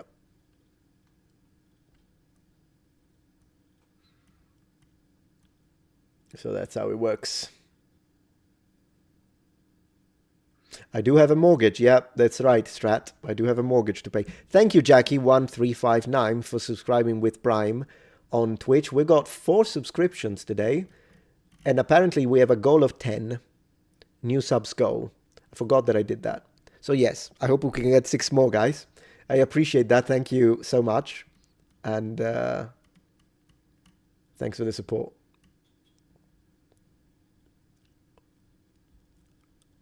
Streamer bot brother. That's the one you use to combine chat. Yeah, no, I was watching a few options and see which one works.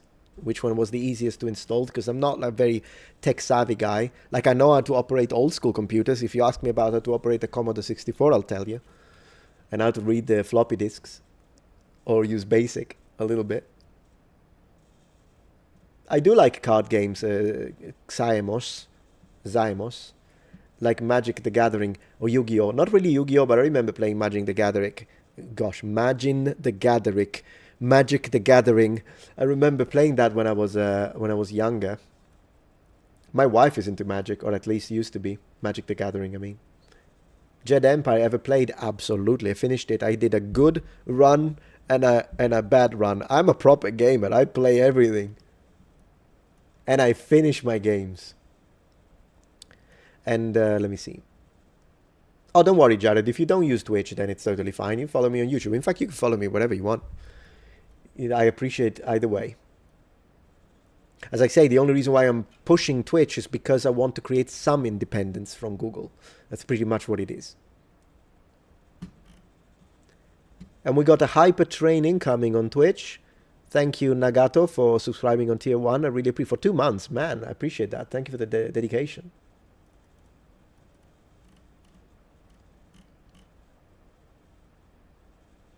All he needs now is an eagle, a Roman eagle. Owning is better than renting, 100%. I wish my parents understood that. They never bought a house, so my dad is renting, and it's a waste of money. But I understand that some people can't do it, like, because you have to have money to do a down payment. So a lot of people have to do it, and it sucks. But my parents could have done it. Objectively, they didn't manage their finances well, which is why I don't want to make the same mistakes, so that my children will have houses. And again, I'm not complaining. My parents gave me everything. I never needed anything, so I don't complain. But it is objectively, they had an opportunity to do it, and they just chose to stay renting. And I think, now that's a bit of a problem, because the rent is until you die. Like, at least in 30 years, you can pay off a house.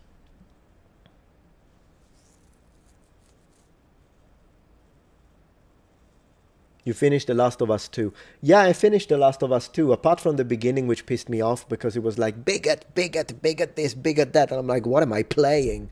But if you push through that, then gameplay-wise, the game was pretty good, although there are a few things that happen that I don't want to spoil that piss me off so much, and I hated that character. You know exactly who I'm talking about. I hated playing with her. I hated every second of it.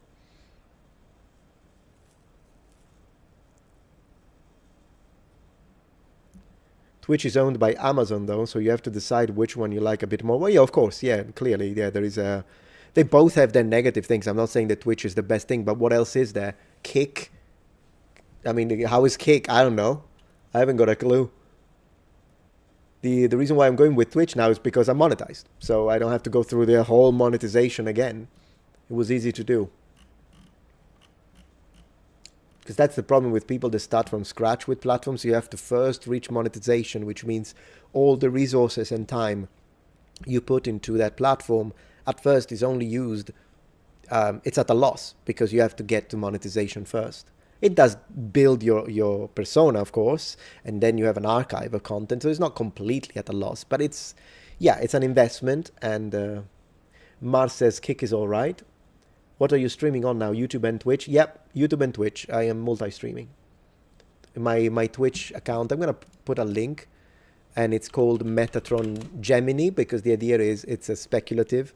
It's a twin of this channel, if you will. That's why I called it like that. And also because Gemini, or Gemini, is my birth sign. So kind of a double entendre. But yeah. I'll put the link in case you guys want to come and check it out. I do occasionally have Twitch-only streams at night, but most of the time I multi-stream anyway, so it's just a personal preference. Whatever you like.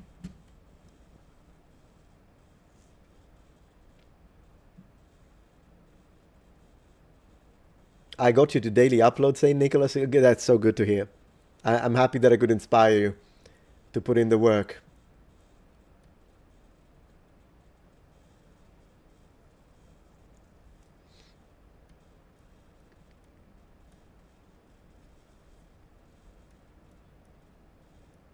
So one thing I want to check, because this is something that I see people do, and I kind of wanted to test it now, if you don't mind.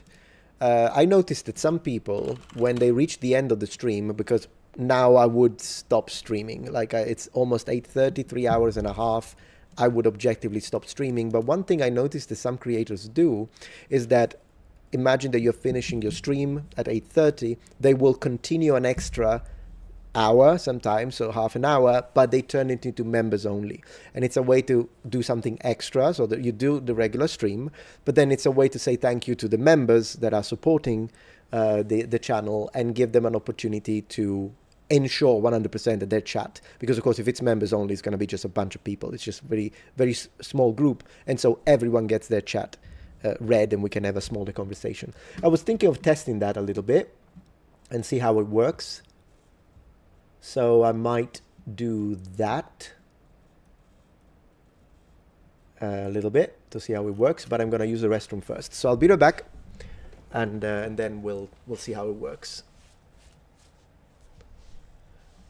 My left says members only stream. Is it naked? No, that's on OnlyFans, considering the name Metatron. Be right back.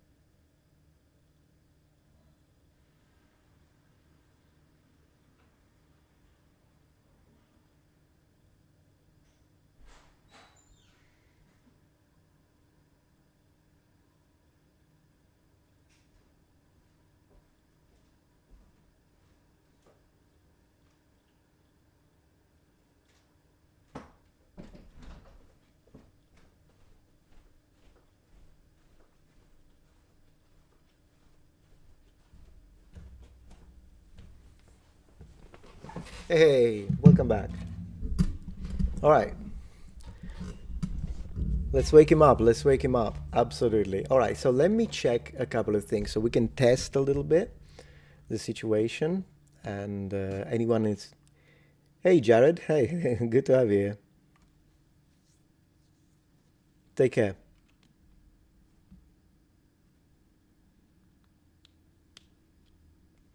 All right. So let me see. I'm gonna do a little test.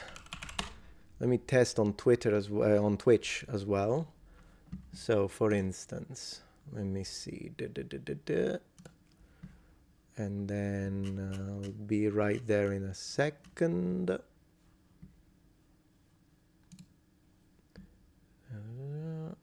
Okay, create a dashboard. And then there we go. Yeah.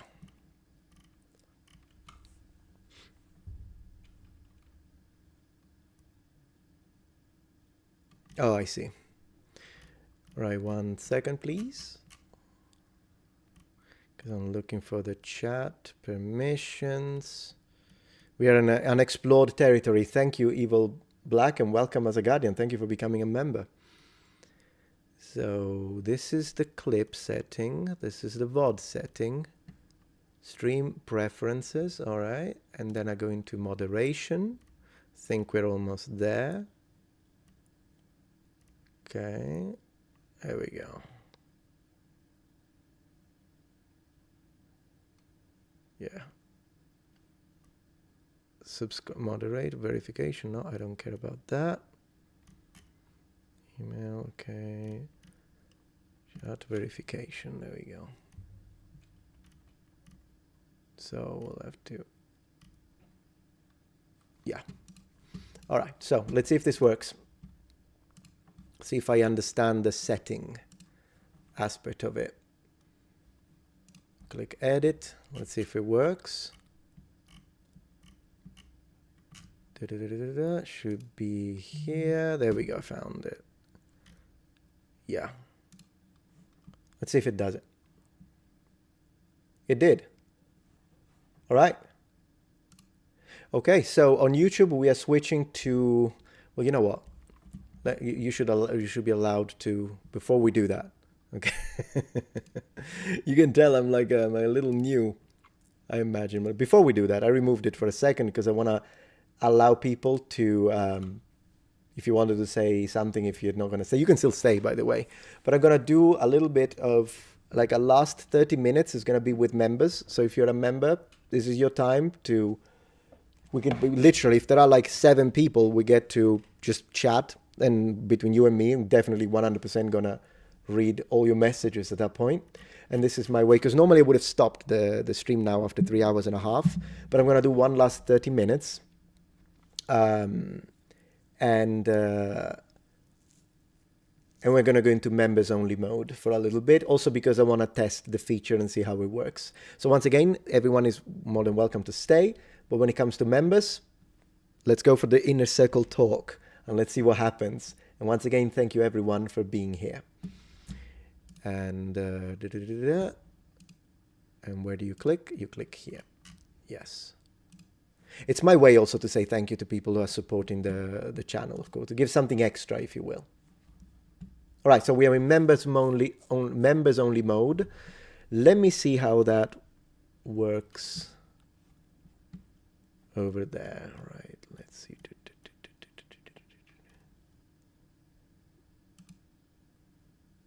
Yeah.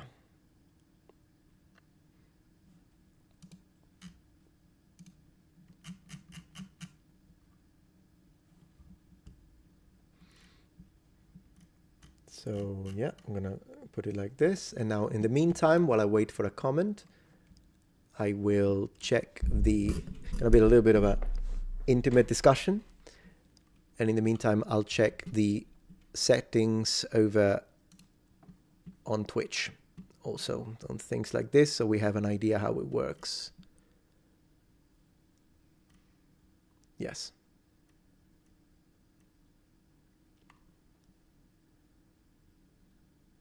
Email off, all chatters, chat without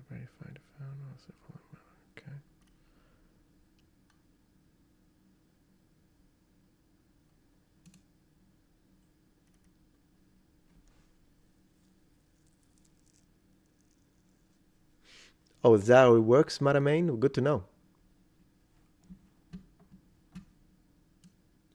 Yeah, what I'm gonna do? I'm gonna leave Twitch as is, because this way people have a reason also to go to Twitch. Twitch is gonna stay as is for now. Everyone can chat, but of course, the split second someone leaves a chat on the members side, I'll give priority to that. Yeah, you can use Twitch chat, no problem. Twitch is gonna stay normal, but I will give priority on YouTube to the members if there is a member who wishes to. I know there are a few members here, so be nice also to test if it works, the members thing. So if you're a member on YouTube, do let me know.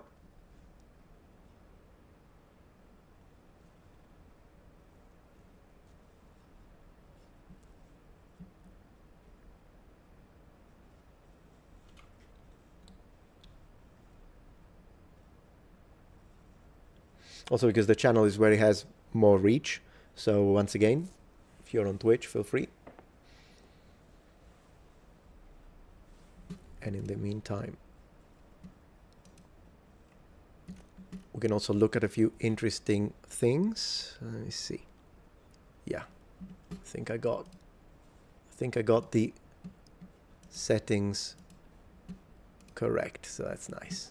All right, we can close this. And I'm gonna show you. Hey, Daniel. There we go. We got the first member chatting. Okay, I'm trying my hand at sewing a hole in my jacket, but I'm here and listening. Buonasera, Metatron. That's wonderful, Daniel. Yeah, he's always in the chat. I appreciate that. Hey, Ray Gonzalez. I don't want to leave you for Twitch. Oh, you don't have to, but thank you for the support. I appreciate that. Oh, you don't have to. You can stay on YouTube. I mean, my streams will always be on YouTube.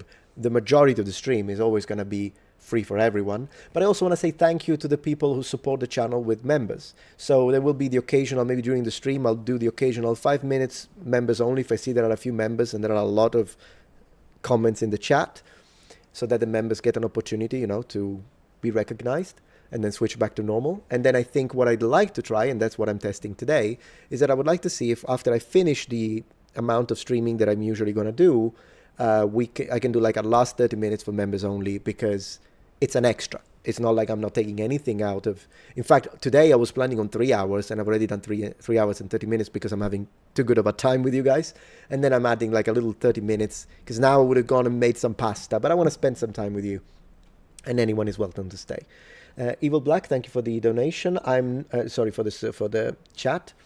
I'm not sure what to say. I don't want to be a pest about that one classical Latin song, but I can't think of anything else right now. That's fine. No worry. You can say whatever you want. Not a problem. Also, I appreciate that Ray Gonzalez.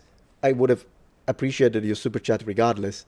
But in this case, it's nice to see from a technical perspective, since it's the first time that I try, that even when we are in members only, super chats appear. Now, are you also a member or no? Probably not, but that's why you super chatted. But it's good because it kind of tells us how things work. Because could you imagine if you do members chat only and then you block super chats? That wouldn't be very good, would it? But I'm glad that you just demonstrated that that's not the case. Classical Latin cover songs. I'll have to see, but see, the problem is that reacting to songs is always dangerous, because then you can get a copy claim. I've had entire 5-hour stream, 4-hour streams copy claimed because of a 30 seconds music. And then I have to go through the entire process, which can take 30 seconds, 30 days, if I want to keep it in there. Or otherwise I have to trim the segment out, but then that takes some time, and all of that time is demonetized. So with songs, I'm always very careful on live streams. Thank you, Ray Gonzalez, for the $2. No, I just wanted to see if it works. I appreciate that. Thank you. It works. I'm glad that it works then. Thank you for the support.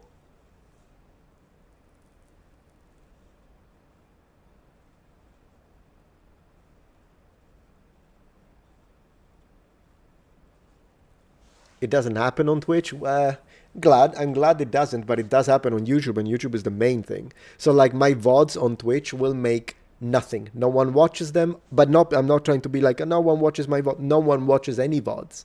VODs don't do anything. So like they stay there, they're great because you can download them, and that's it. But the VODs on YouTube do make AdSense. So getting a VOD on YouTube demonetized is catastrophic. Getting instead like a a VOD on Twitch, even if it was, the money wouldn't matter at that point. Although it did happen to me once that I was watching Joe Rogan on Twitch and this whole stream was blocked because, like a copyright thing. I did get the message. It did happen. So you always have to be careful with copyrights. Evil says, I know you can't stream react to it. I just think you might like it. Oh, I see. Okay. Then I'm adding it to my to-do list. Absolutely. Let me see.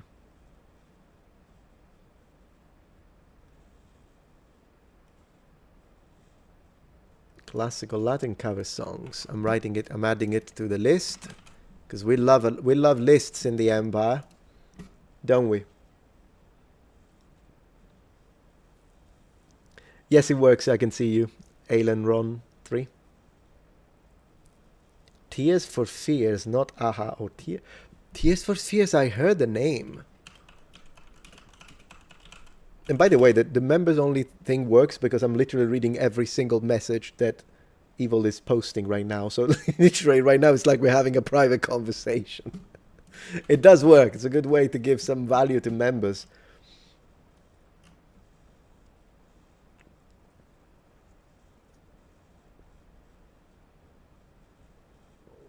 True, it means a lot of chatters on Twitch if you reply to them. Yeah, true. I agree. Yeah, as I say, I'm giving priority to the members on YouTube, but if no one writes on YouTube, I'll immediately read Twitch. 100%. It's yourself under another. Oh, I see. I'll still call you earlier on, though.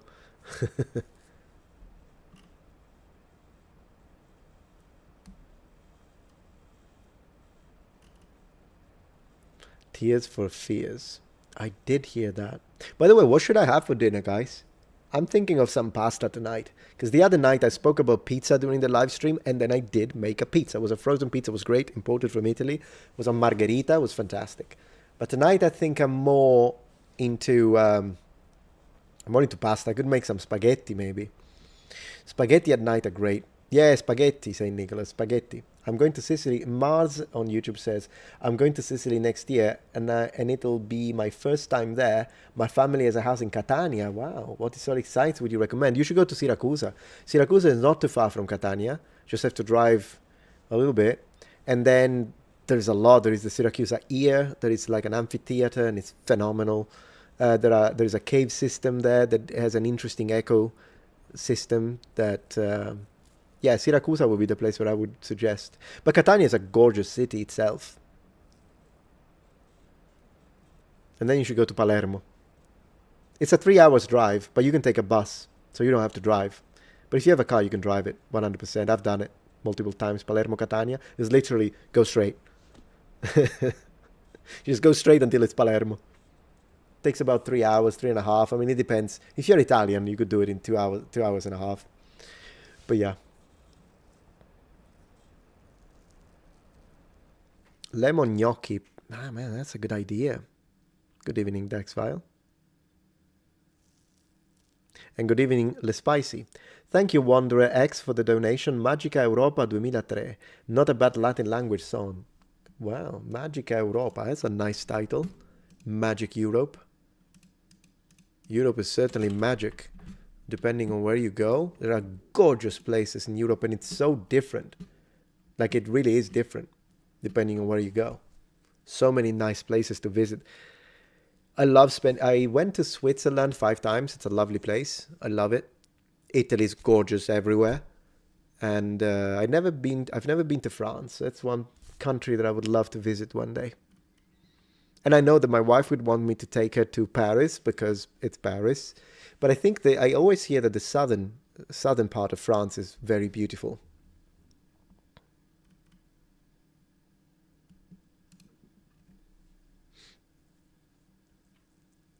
Who are you going with to Sicily? It's kind of nice that I can focus on a comment and keep talking about it. Who are you going with in Sicily, Mars? I have a cousin that lives in France, and he said that southern part was the best part. There we go. So I heard this a lot. I mean, Paris is Paris. I think if you go to France, you've got to visit Paris. Plus, if you go with a woman, you got to take her to Paris. I mean, women love it. But in general, I did hear that Provence, and the south is beautiful with like vineyards and all that.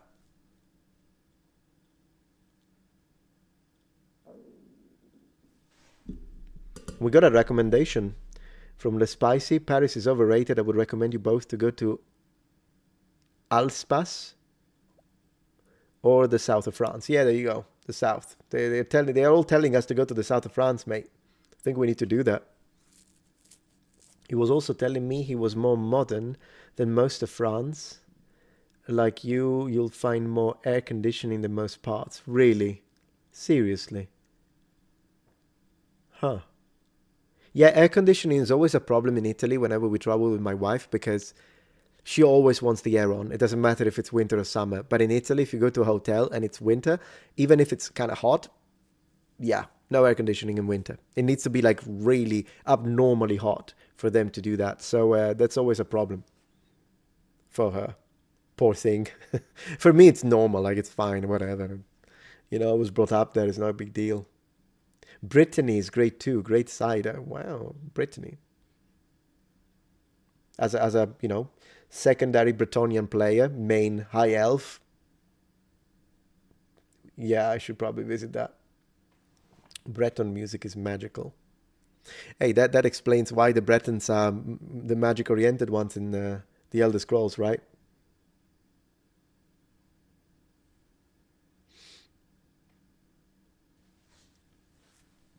I'm looking at a gorgeous... I'm going to show you. I've been staring at this. I don't know. I ran into it on Twitter. And my gosh, it says The Legend of Zelda, The Wind Waker promotional artwork. Whoo, this is incredible. I'm going to download it. I'm going to download this. Very beautiful. Evil says that's a problem with historic cities. Infrastructure had to be added after centuries of development. Sure, yeah. I mean, wouldn't it be nice if they would map out all of the, for instance, labyrinth under Paris? Wouldn't that be amazing? I think that would be amazing. That is true. Yeah, exactly, Mars. Just checked very quickly the live streaming and everything is fine. That's good.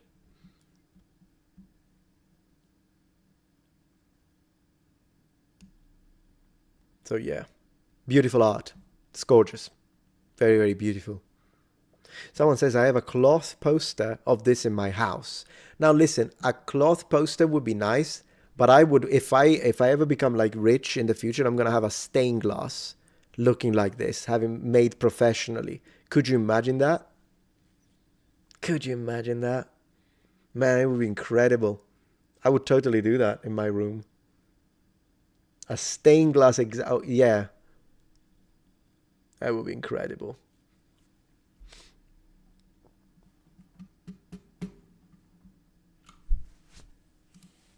What games do you think I should be playing next? Because I want to continue Oblivion, but when it comes to very long games, when it comes to like games that require like days and days and days, I like the idea of starting with a short game, play it a little bit, and then the rest of the stream when I do play dedicated to the long game, because otherwise I get stuck into one game. That way we get to try several. Do you have any ideas? And Mars says, cousin from Germany that visited us in the States, she was amazed that we had air conditioning in the house. Yeah, that would be nice and really expensive. Yeah, I know, this would be really expensive. That's why I'm saying, still talking about this. Man, if I had the money. Evil says that would make an amazing tattoo. I saw a guy at work last year with a Byzantine mosaic of Princess Peach on his arm. Now that's amazing, but I'm not into tattoos. I don't like tattoos. So rather than a tattoo, I would have an actual stained glass or a poster. You know, we could do a poster for now, and then eventually, if we get rich, then maybe we could do that.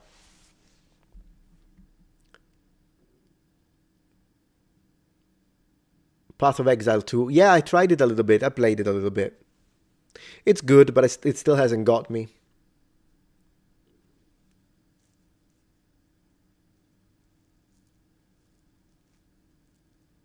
Did you finish Kingdom Come Deliverance 2? No, I still have to. I got distracted. I started playing other games and I got distracted. Total War. Yeah, I need to play some Total War Warhammer. You're right. And Rome Total War, because I know for my channel that would be great to play. Totally. Man, this Delta, I'm downloading it. Hey, Lipai, welcome to the member. Have you played KCD2? I did. I even have a live stream of like me playing it for 4 hours.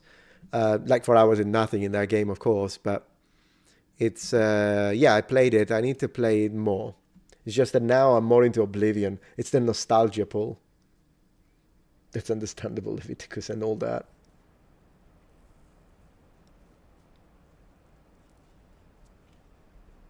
Oh, for the tattoo, you mean? I was trying to understand what does he mean.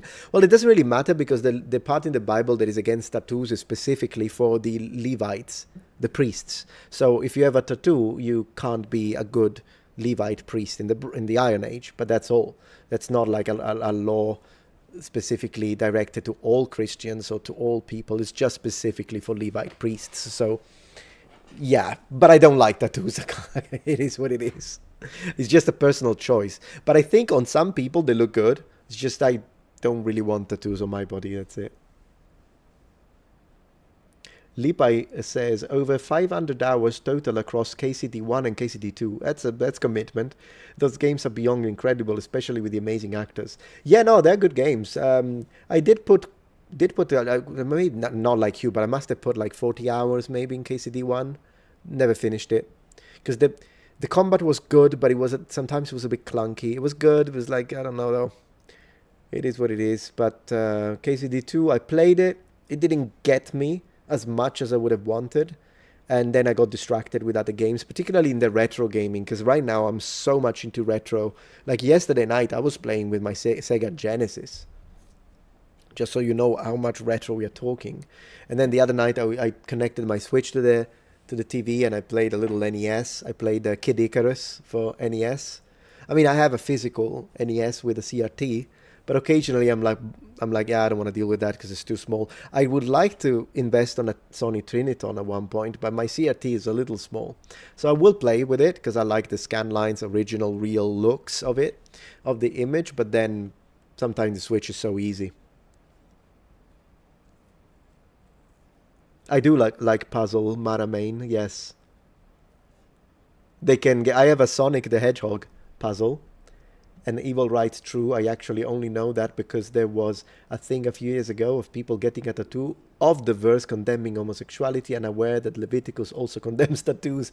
Oh, that's so funny though. That is so funny to do that. But yeah, no, there are plenty of things that are mentioned in Leviticus that don't apply to Christians. As long as you know the context, it will be obvious. Like another one is the mixing of fabric. When they tell you don't mix linen with cotton, and then people are like, oh, you're not a good Christian because you're not following that law. That law is not for me. It's once again for the priests. It's not for me. It's specifically for the people handling the Ark of the Covenant. They had to follow that rule. Or like, don't eat this, but don't eat that, like with the seashell. You have to look at things into the actual context. Who is it written for? And then now it's there as a historic piece, that specific section. Not everything, because the Ten Commandments, for instance, are absolutely connected and still viable. But I think to me, that's what it means to fulfill, at least from a Christian perspective. If you're a Jew, then yeah, you'll follow everything as it is. But when it comes to a Christian, and when we say Jesus fulfills the law, it means that the law is still there, but it's fulfilled. So you have to look at it from a Christian perspective. And from a Christian perspective, what the Levites did while they were sacrificing animals is not, we're not called to do that. It's not for us.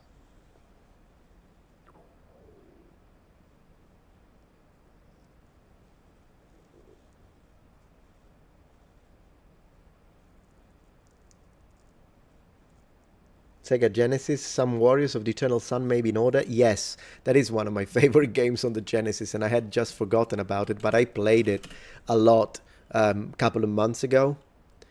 I'm gonna write it down because we are totally gonna have to play that. Such a good game. Man, that is such a good game.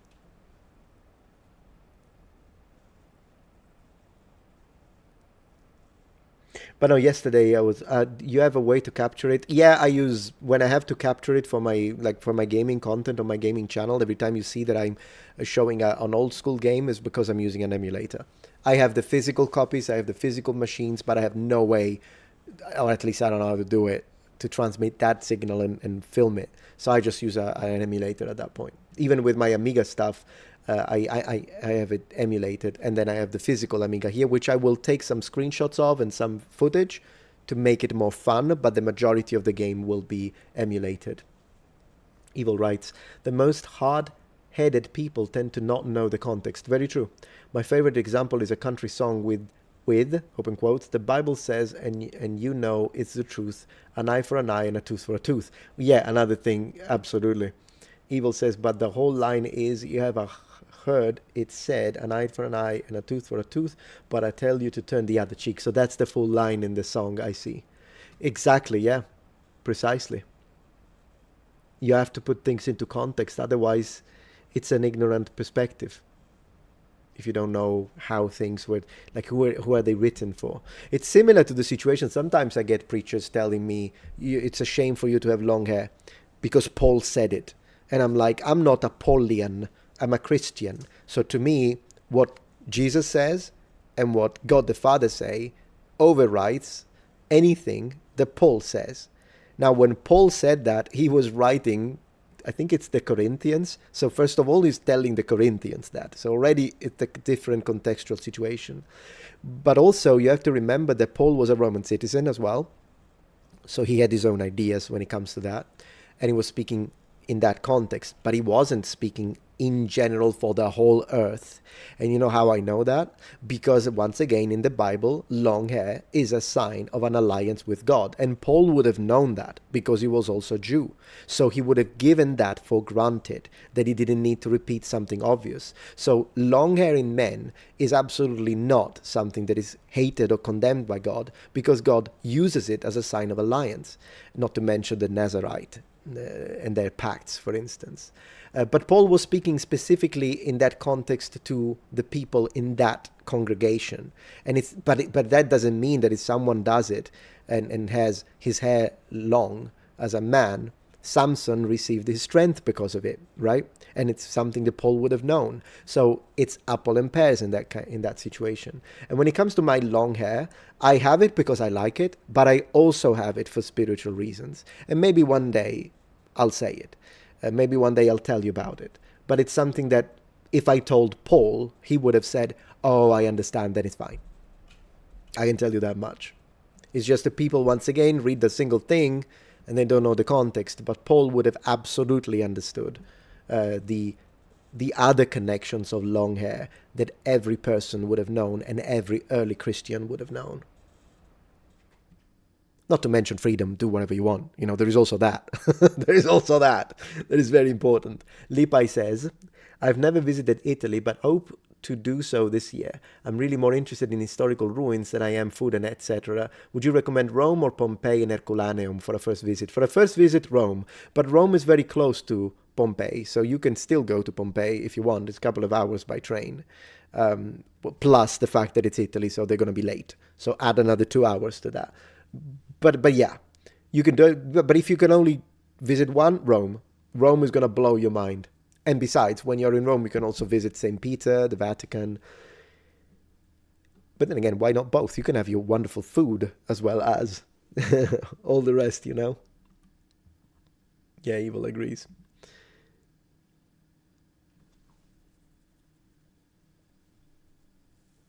Just got here from the Oblivion Mox Nexus video. Well spoken. Thank you so much, the hotline. I appreciate that. And Nezumi says, I had hair just as long as yours and just cut to shoulder length and immediately started missing it, you would say in English. But yeah, because hair is singular. But yeah, sure, I understand. I can imagine that. I did cut my hair very short 5 years ago, was it? 6 years ago? No, 5 years ago, because when I met my wife, my hair was short. And that's when she told me, I wish I met you when you had long hair. And there we go. Her hair is back. So that's another thing as well. My wife likes it, so who cares? Like when people are like, man, what are you doing? That looks feminine. And I'm like, yeah, okay, I'm still married to a gorgeous woman, so shut up at that point.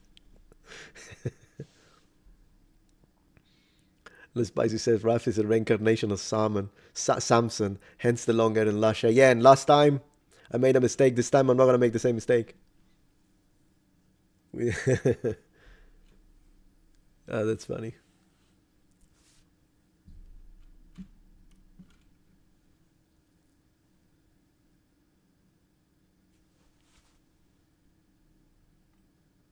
Oh, don't worry about it, Nezumi. I wasn't saying it to like point out your grammar mistake. I was saying it so that you can learn it, so next time you can say it's singular.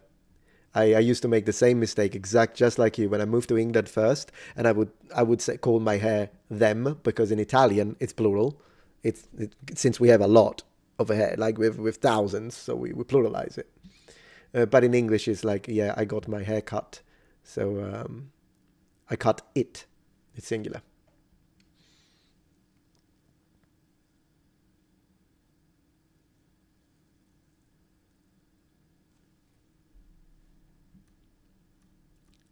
So another game I was looking. I'm making a video for my gaming channel about games for the Genesis and Super Nintendo that were actually 3D with like low poly, of course, 3D, because there are a few, not that many, but they did try. Oftentimes when we think about the 3D era of gaming, we think of PlayStation 1 and then Sega Saturn, although the Sega Saturn mostly had a lot of 2D, but they still had some 3D. But PlayStation 1 is when the 3D thing became the major direction for gaming. But they did try that with both the Super Nintendo and the Mega Drive. There are Star Fox, Star Wings is an example of that on the Super Nintendo, for instance. And I'm making a video about it because I've been playing them in emulation. I'm like, man, these games were awesome. I mean, frame rate is not always great. I'll be honest, but yeah. They did what they could. Those machines, 16-bit era, the simple fact that they could pull some polygons it's impressive. That's why my Southern Baptist upbringing didn't stick. I understand. The preachers tended to grab 6 sentences from 4 separate books to make a point about modern politics. Everything was out of context. Yeah, I understand that. I think a lot of people do it. And in fact, it doesn't just happen with religion. It happens with a lot of stuff. You basically just described how a lot of people make React content to me. They will take like 3 sentences, so they will cut something I'm saying short, and then they'll say, are you saying this? And then they move on, and then they can add whatever strawman they want. And if you keep playing that part, you'll see that obviously not, but they'll do it. It's basically, yeah, it's a strawman fallacy. That's what it is. And it is a logical fallacy. And logical fallacies is sometimes we even do them. You don't have to be a master manipulator to use fallacies. Oftentimes they happen because people don't even realize that they're using a fallacy, whether it be, a fallacy of authority. So you're saying, well, these 3 people disagree with you, but then either they're not, just because someone is a professor doesn't mean if they speak outside the field, then it doesn't really matter. It's nice to hear what they have to say, but it doesn't matter as much. And other times, just because an authority said it, it doesn't mean they're right. And I think you and I know a thing or two about that, right? So there's that. Thank you, Alcazar de Sol, for the donation. I appreciate the support. Thank you. Also, Soul Reaver, Legacy of Kain is a masterpiece, man. Yes, but I'm more of a fan of the original Legacy of Kain, Blood Omen. That's the game when I started that series, and that's the one I like. When I remember when Soul Reaver came out, and I was like, it's good, but it's kind of a different character. I liked Kain more as a character. I liked playing the vampire, but I think it's still good because it was the actual first 3D one, because the original Legacy of Kain was a 2D RPG, wasn't it, for PlayStation 1? One of the few 2D games for PlayStation. There are a few, of course, but the majority of the games of that era were 3D. Sometimes well implemented, sometimes it was a bit like I don't know, man. But early 3D is great. I love it. And I love retro games that recreate the PS1 era. Low polygonal, textured, highly textured. Like, you know, it's good. Low res textures. Hey, Daniel. Off topic, but I finished repairing my jacket. That's great. Good news. And for my first try, I think it went well. Yeah, it's always fun to learn new skills, isn't it? It's always fun to learn new skills. I need to start painting my miniatures again. Not a new skill, but something I need to find time to do. Lil Pi writes, it might be an off-topic question. Don't worry about it. You can ask whatever you want. But I'm not sure, but I've wondered about this for a while. Okay, feel free. Ask whatever you want. Ask away, as they say. I love that expression, by the way. Ask away. Another expression I like in English while you type your question is when they say, why thank you? When you add why before thank you, like if someone gives you a gift, for instance, I like why thank you. And another one is tell me about it.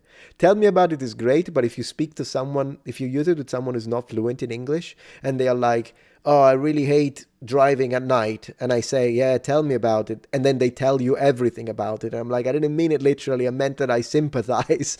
That's what that means. Tell me about it. But, you know, if it has happened to me that I said, yeah, tell me about it. And they're like, oh, okay. And they tell me everything about it. And I'm like, gosh, I didn't mean it that way. I didn't mean it that way. Yeah, it happens. It does happen. Blood Omen is great. I agree. Amy Henning did a phenomenal job with Soul River 1 and 2 and Defiance. I'll have to pick them up again. Did I own Soul River? I think I did back in the day.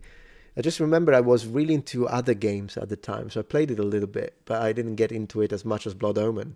Man, Blood Omen, I didn't finish it, but I got really far into the game. And remember, this is when there was no internet, so I couldn't Google. And so I got stuck. I think that's what happened. And eventually I moved into another game. A 16-bit era game that I love picking up on occasion is Populous. The old school late 80s God simulators are just a genre that I wish would come back. They were great. Evil writes, fun fact, the face on the moon in Majora's Mask originated in Star Fox because one of the designers worked on both games. Really? It was the asteroid he had to shoot to skip to Andros. Wow. Like, I haven't played Star Fox or Star Wings in Europe for a while. I have it. I have both, actually, in physical copy. So I don't remember exactly. I do remember you had to shoot asteroids at one point, depending on which path you chose. But it's so cool that's a fun fact. Absolutely. Your Populous playthrough was cool. Thank you, Daniel. You mean like on the Protector, Metatron's Protector gaming channel? Yeah, I have to continue it, and I will. Right, I had to slow down a little bit on the Protector to make sure that I had enough videos for the main. But once I have enough videos for the main, I'll get back to posting more videos on the Protector. It's just that I'm trying to go... I went for daily content, and for 2 weeks I tried twice a day. Didn't really seem to do much. They helped a bit with growth, but it didn't seem to help much with the revenue, unfortunately, on the Protectorate side. So I decided, let me try and maybe post every 3-4 days, but make quality content. So I'm trying to go up with the quality of the production on that channel, but I will still post the playthroughs and see how that works. It's a testing ground, Metatron's Protectorate. I agree with that description of Jesus, Saint Nicholas, 100%. We all need him. At least that's what I think. Or I believe he, on Twitch, he said something about Jesus saying that we all need faith, and I agree. We're all sinners, yeah. Alcazar, thank you for the donation again. You should do videos of you visiting Roman sites. You know, that's a wonderful idea, and it's an idea that we had when I was in Italy, and I did it a couple of times. I did it in Sicily, and now I live in the US, so I mean, we would have to wait until next time we go to Italy. But Italy makes it very difficult to do that, because last time I tried to do that in Sicily, they asked me for $5,000 a day. Like, they will, if you try and film in a good production way, like if you want a microphone and you want like to use your tripod, they won't let you do it, Italian authorities. They'll be like, no, you need to pay me. I'm like, what, $5,000 a day? You're out of your mind. I'm not like a movie production. I'm a YouTube channel. I can't do that. And so, could you imagine? I do that. Like I do 3 days. I give them $15,000, and then I post a video. YouTube doesn't pick it up with the algorithm, and I make $300. Like it's impossible. Like you can't do that. Yeah, if the video goes viral, I could potentially make that money, even more. But it's impossible. So Italian authorities are terrible when it comes to that. So I would have to do it kind of hiding a little bit with a phone like this. I don't know. Italy's not great when it comes to those things. Lipai, I live in Norway and Christianity has reduced over the past century by a lot, really. Yet it doesn't seem to have done so in Southern and Eastern Europe. Do you think that might be due to our Norse heritage? I don't know if it's the Norse heritage or if it's maybe just the spread of non-religious influences that are really interesting to watch for younger generation. Maybe that's what it is. Maybe it's a loss of tradition. I don't know if it has to do with Norse heritage. In fact, you tell me, Lil. I wouldn't really know. And because, I mean, we also have non-Roman, although then again, yeah, the Roman gods is, I don't see them coming back anytime soon. And Daniel says, between your 3 channels, I always have something to watch, so keep it up. I will. I'm sort of never going to stop. I'm a production machine, mate.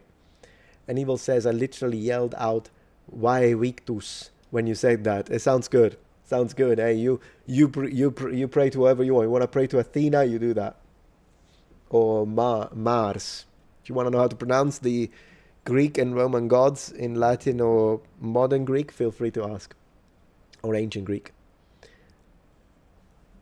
I think you see that more in Protestant countries. It's possible, Mars, yeah. Thank you again, Alcazar, for the donation. I appreciate the support. Go W and an iPhone. Go win an iPhone. The vid would still be enjoyable. You're right. I do have an iPhone. I have the one that they made in titanium. I don't buy a new iPhone every year. I think that's a marketing tactic that I don't want, that I don't need. I think this is good for me for the next 10 years. But it is a very good phone. It has an excellent camera. So maybe it's not a bad idea. Sometimes they block you though. Like if you're speaking and you're showing a microphone, I have to have a kind of a hidden microphone a bit. Or maybe use the phone's microphone and then try and use it. But I have been stopped. Like sometimes they'll be like, what are you doing? Because that's how they are in Italy. Other times they won't. If there is a lot of tourists, then it's fine. It's just I wish I could do a proper production. I would totally do it. But it is what it is. Italy's terrible when it comes to this kind of stuff. Terrible, horrible bureaucracy. Oh, and by the way, when they asked me for $5,000 a month, per day, they also said, oh, and even if you pay, you have to shoot in low res. I'm like, what? I couldn't even use high definition, low res, whatever that means. Because it's like these people that have these positions, they're not there because of meritocracy. They're there because they're stuck there. Maybe they know someone, they're older people. It's like a geriatric center. That's what it is. They're older people. They're there because they know someone. They've been there for 50 years. They don't understand the times. They don't understand the technology. And she's like, yeah, you have to film in low res and give us $5,000 a day if you want to film the Greek and temples in Sicily. I'm like, you're out of your mind. I'm from here. This is my heritage. It's insane. Like, it's insane.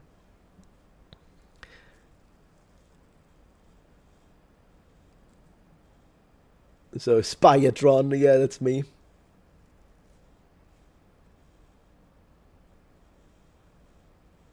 It does sound insane. I hate it, Runner. And I mean, Italy's so gorgeous with all the stuff they have. Luckily, with the medieval churches, as long as you ask the priest, sometimes they will be okay with it. If you tell them, hey, I wanted to film a video, can I do that? And sometimes they'll be fine with it, as long as you're like respectful and you don't start screaming like those idiots streamers that cause like nuisance streamers. Then no, they won't let you do it. And I think it's right that they don't let you be an idiot. But if you're like doing a respectful video, I'm like, no, I just wanna, you know, record the art and I'll be quiet because I understand there are people praying. Then they'll let you do it. They'll be fine with it. I asked a few priests and they were always like, yeah, as long as you're respectful, it's fine. And that was great because we have some gorgeous medieval churches in Europe that are phenomenal. And I even filmed in a few, if you remember. I've done it. So churches usually are fine. Even if they're historic, they'll let you do it. But whenever the government is involved in archaeological sites, yeah, good luck with that. What were they claiming you couldn't do? They said I couldn't film in high resolution. I had to pay for low resolution.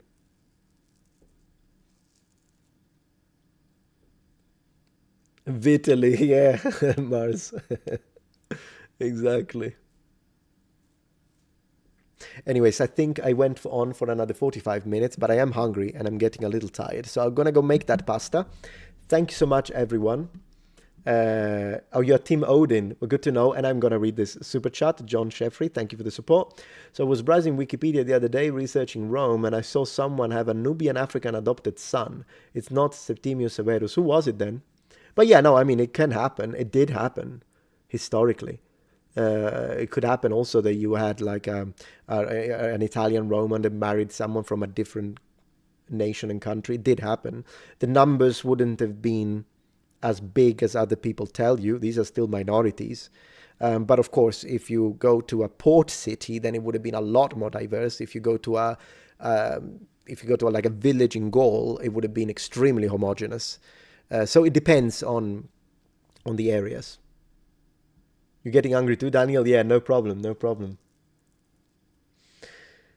Jan Zidza, the Hussite Wars. Hussite Wars sounds like it would need a lot of research. So I don't know if I can justify it just right now. But I did write it in the idea section.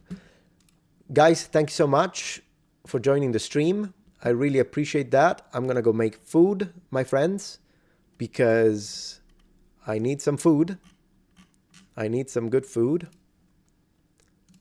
But I do appreciate you being here. Thank you very much. Have a good night. And same for people on Twitch. GG. And I will see you soon, maybe tomorrow.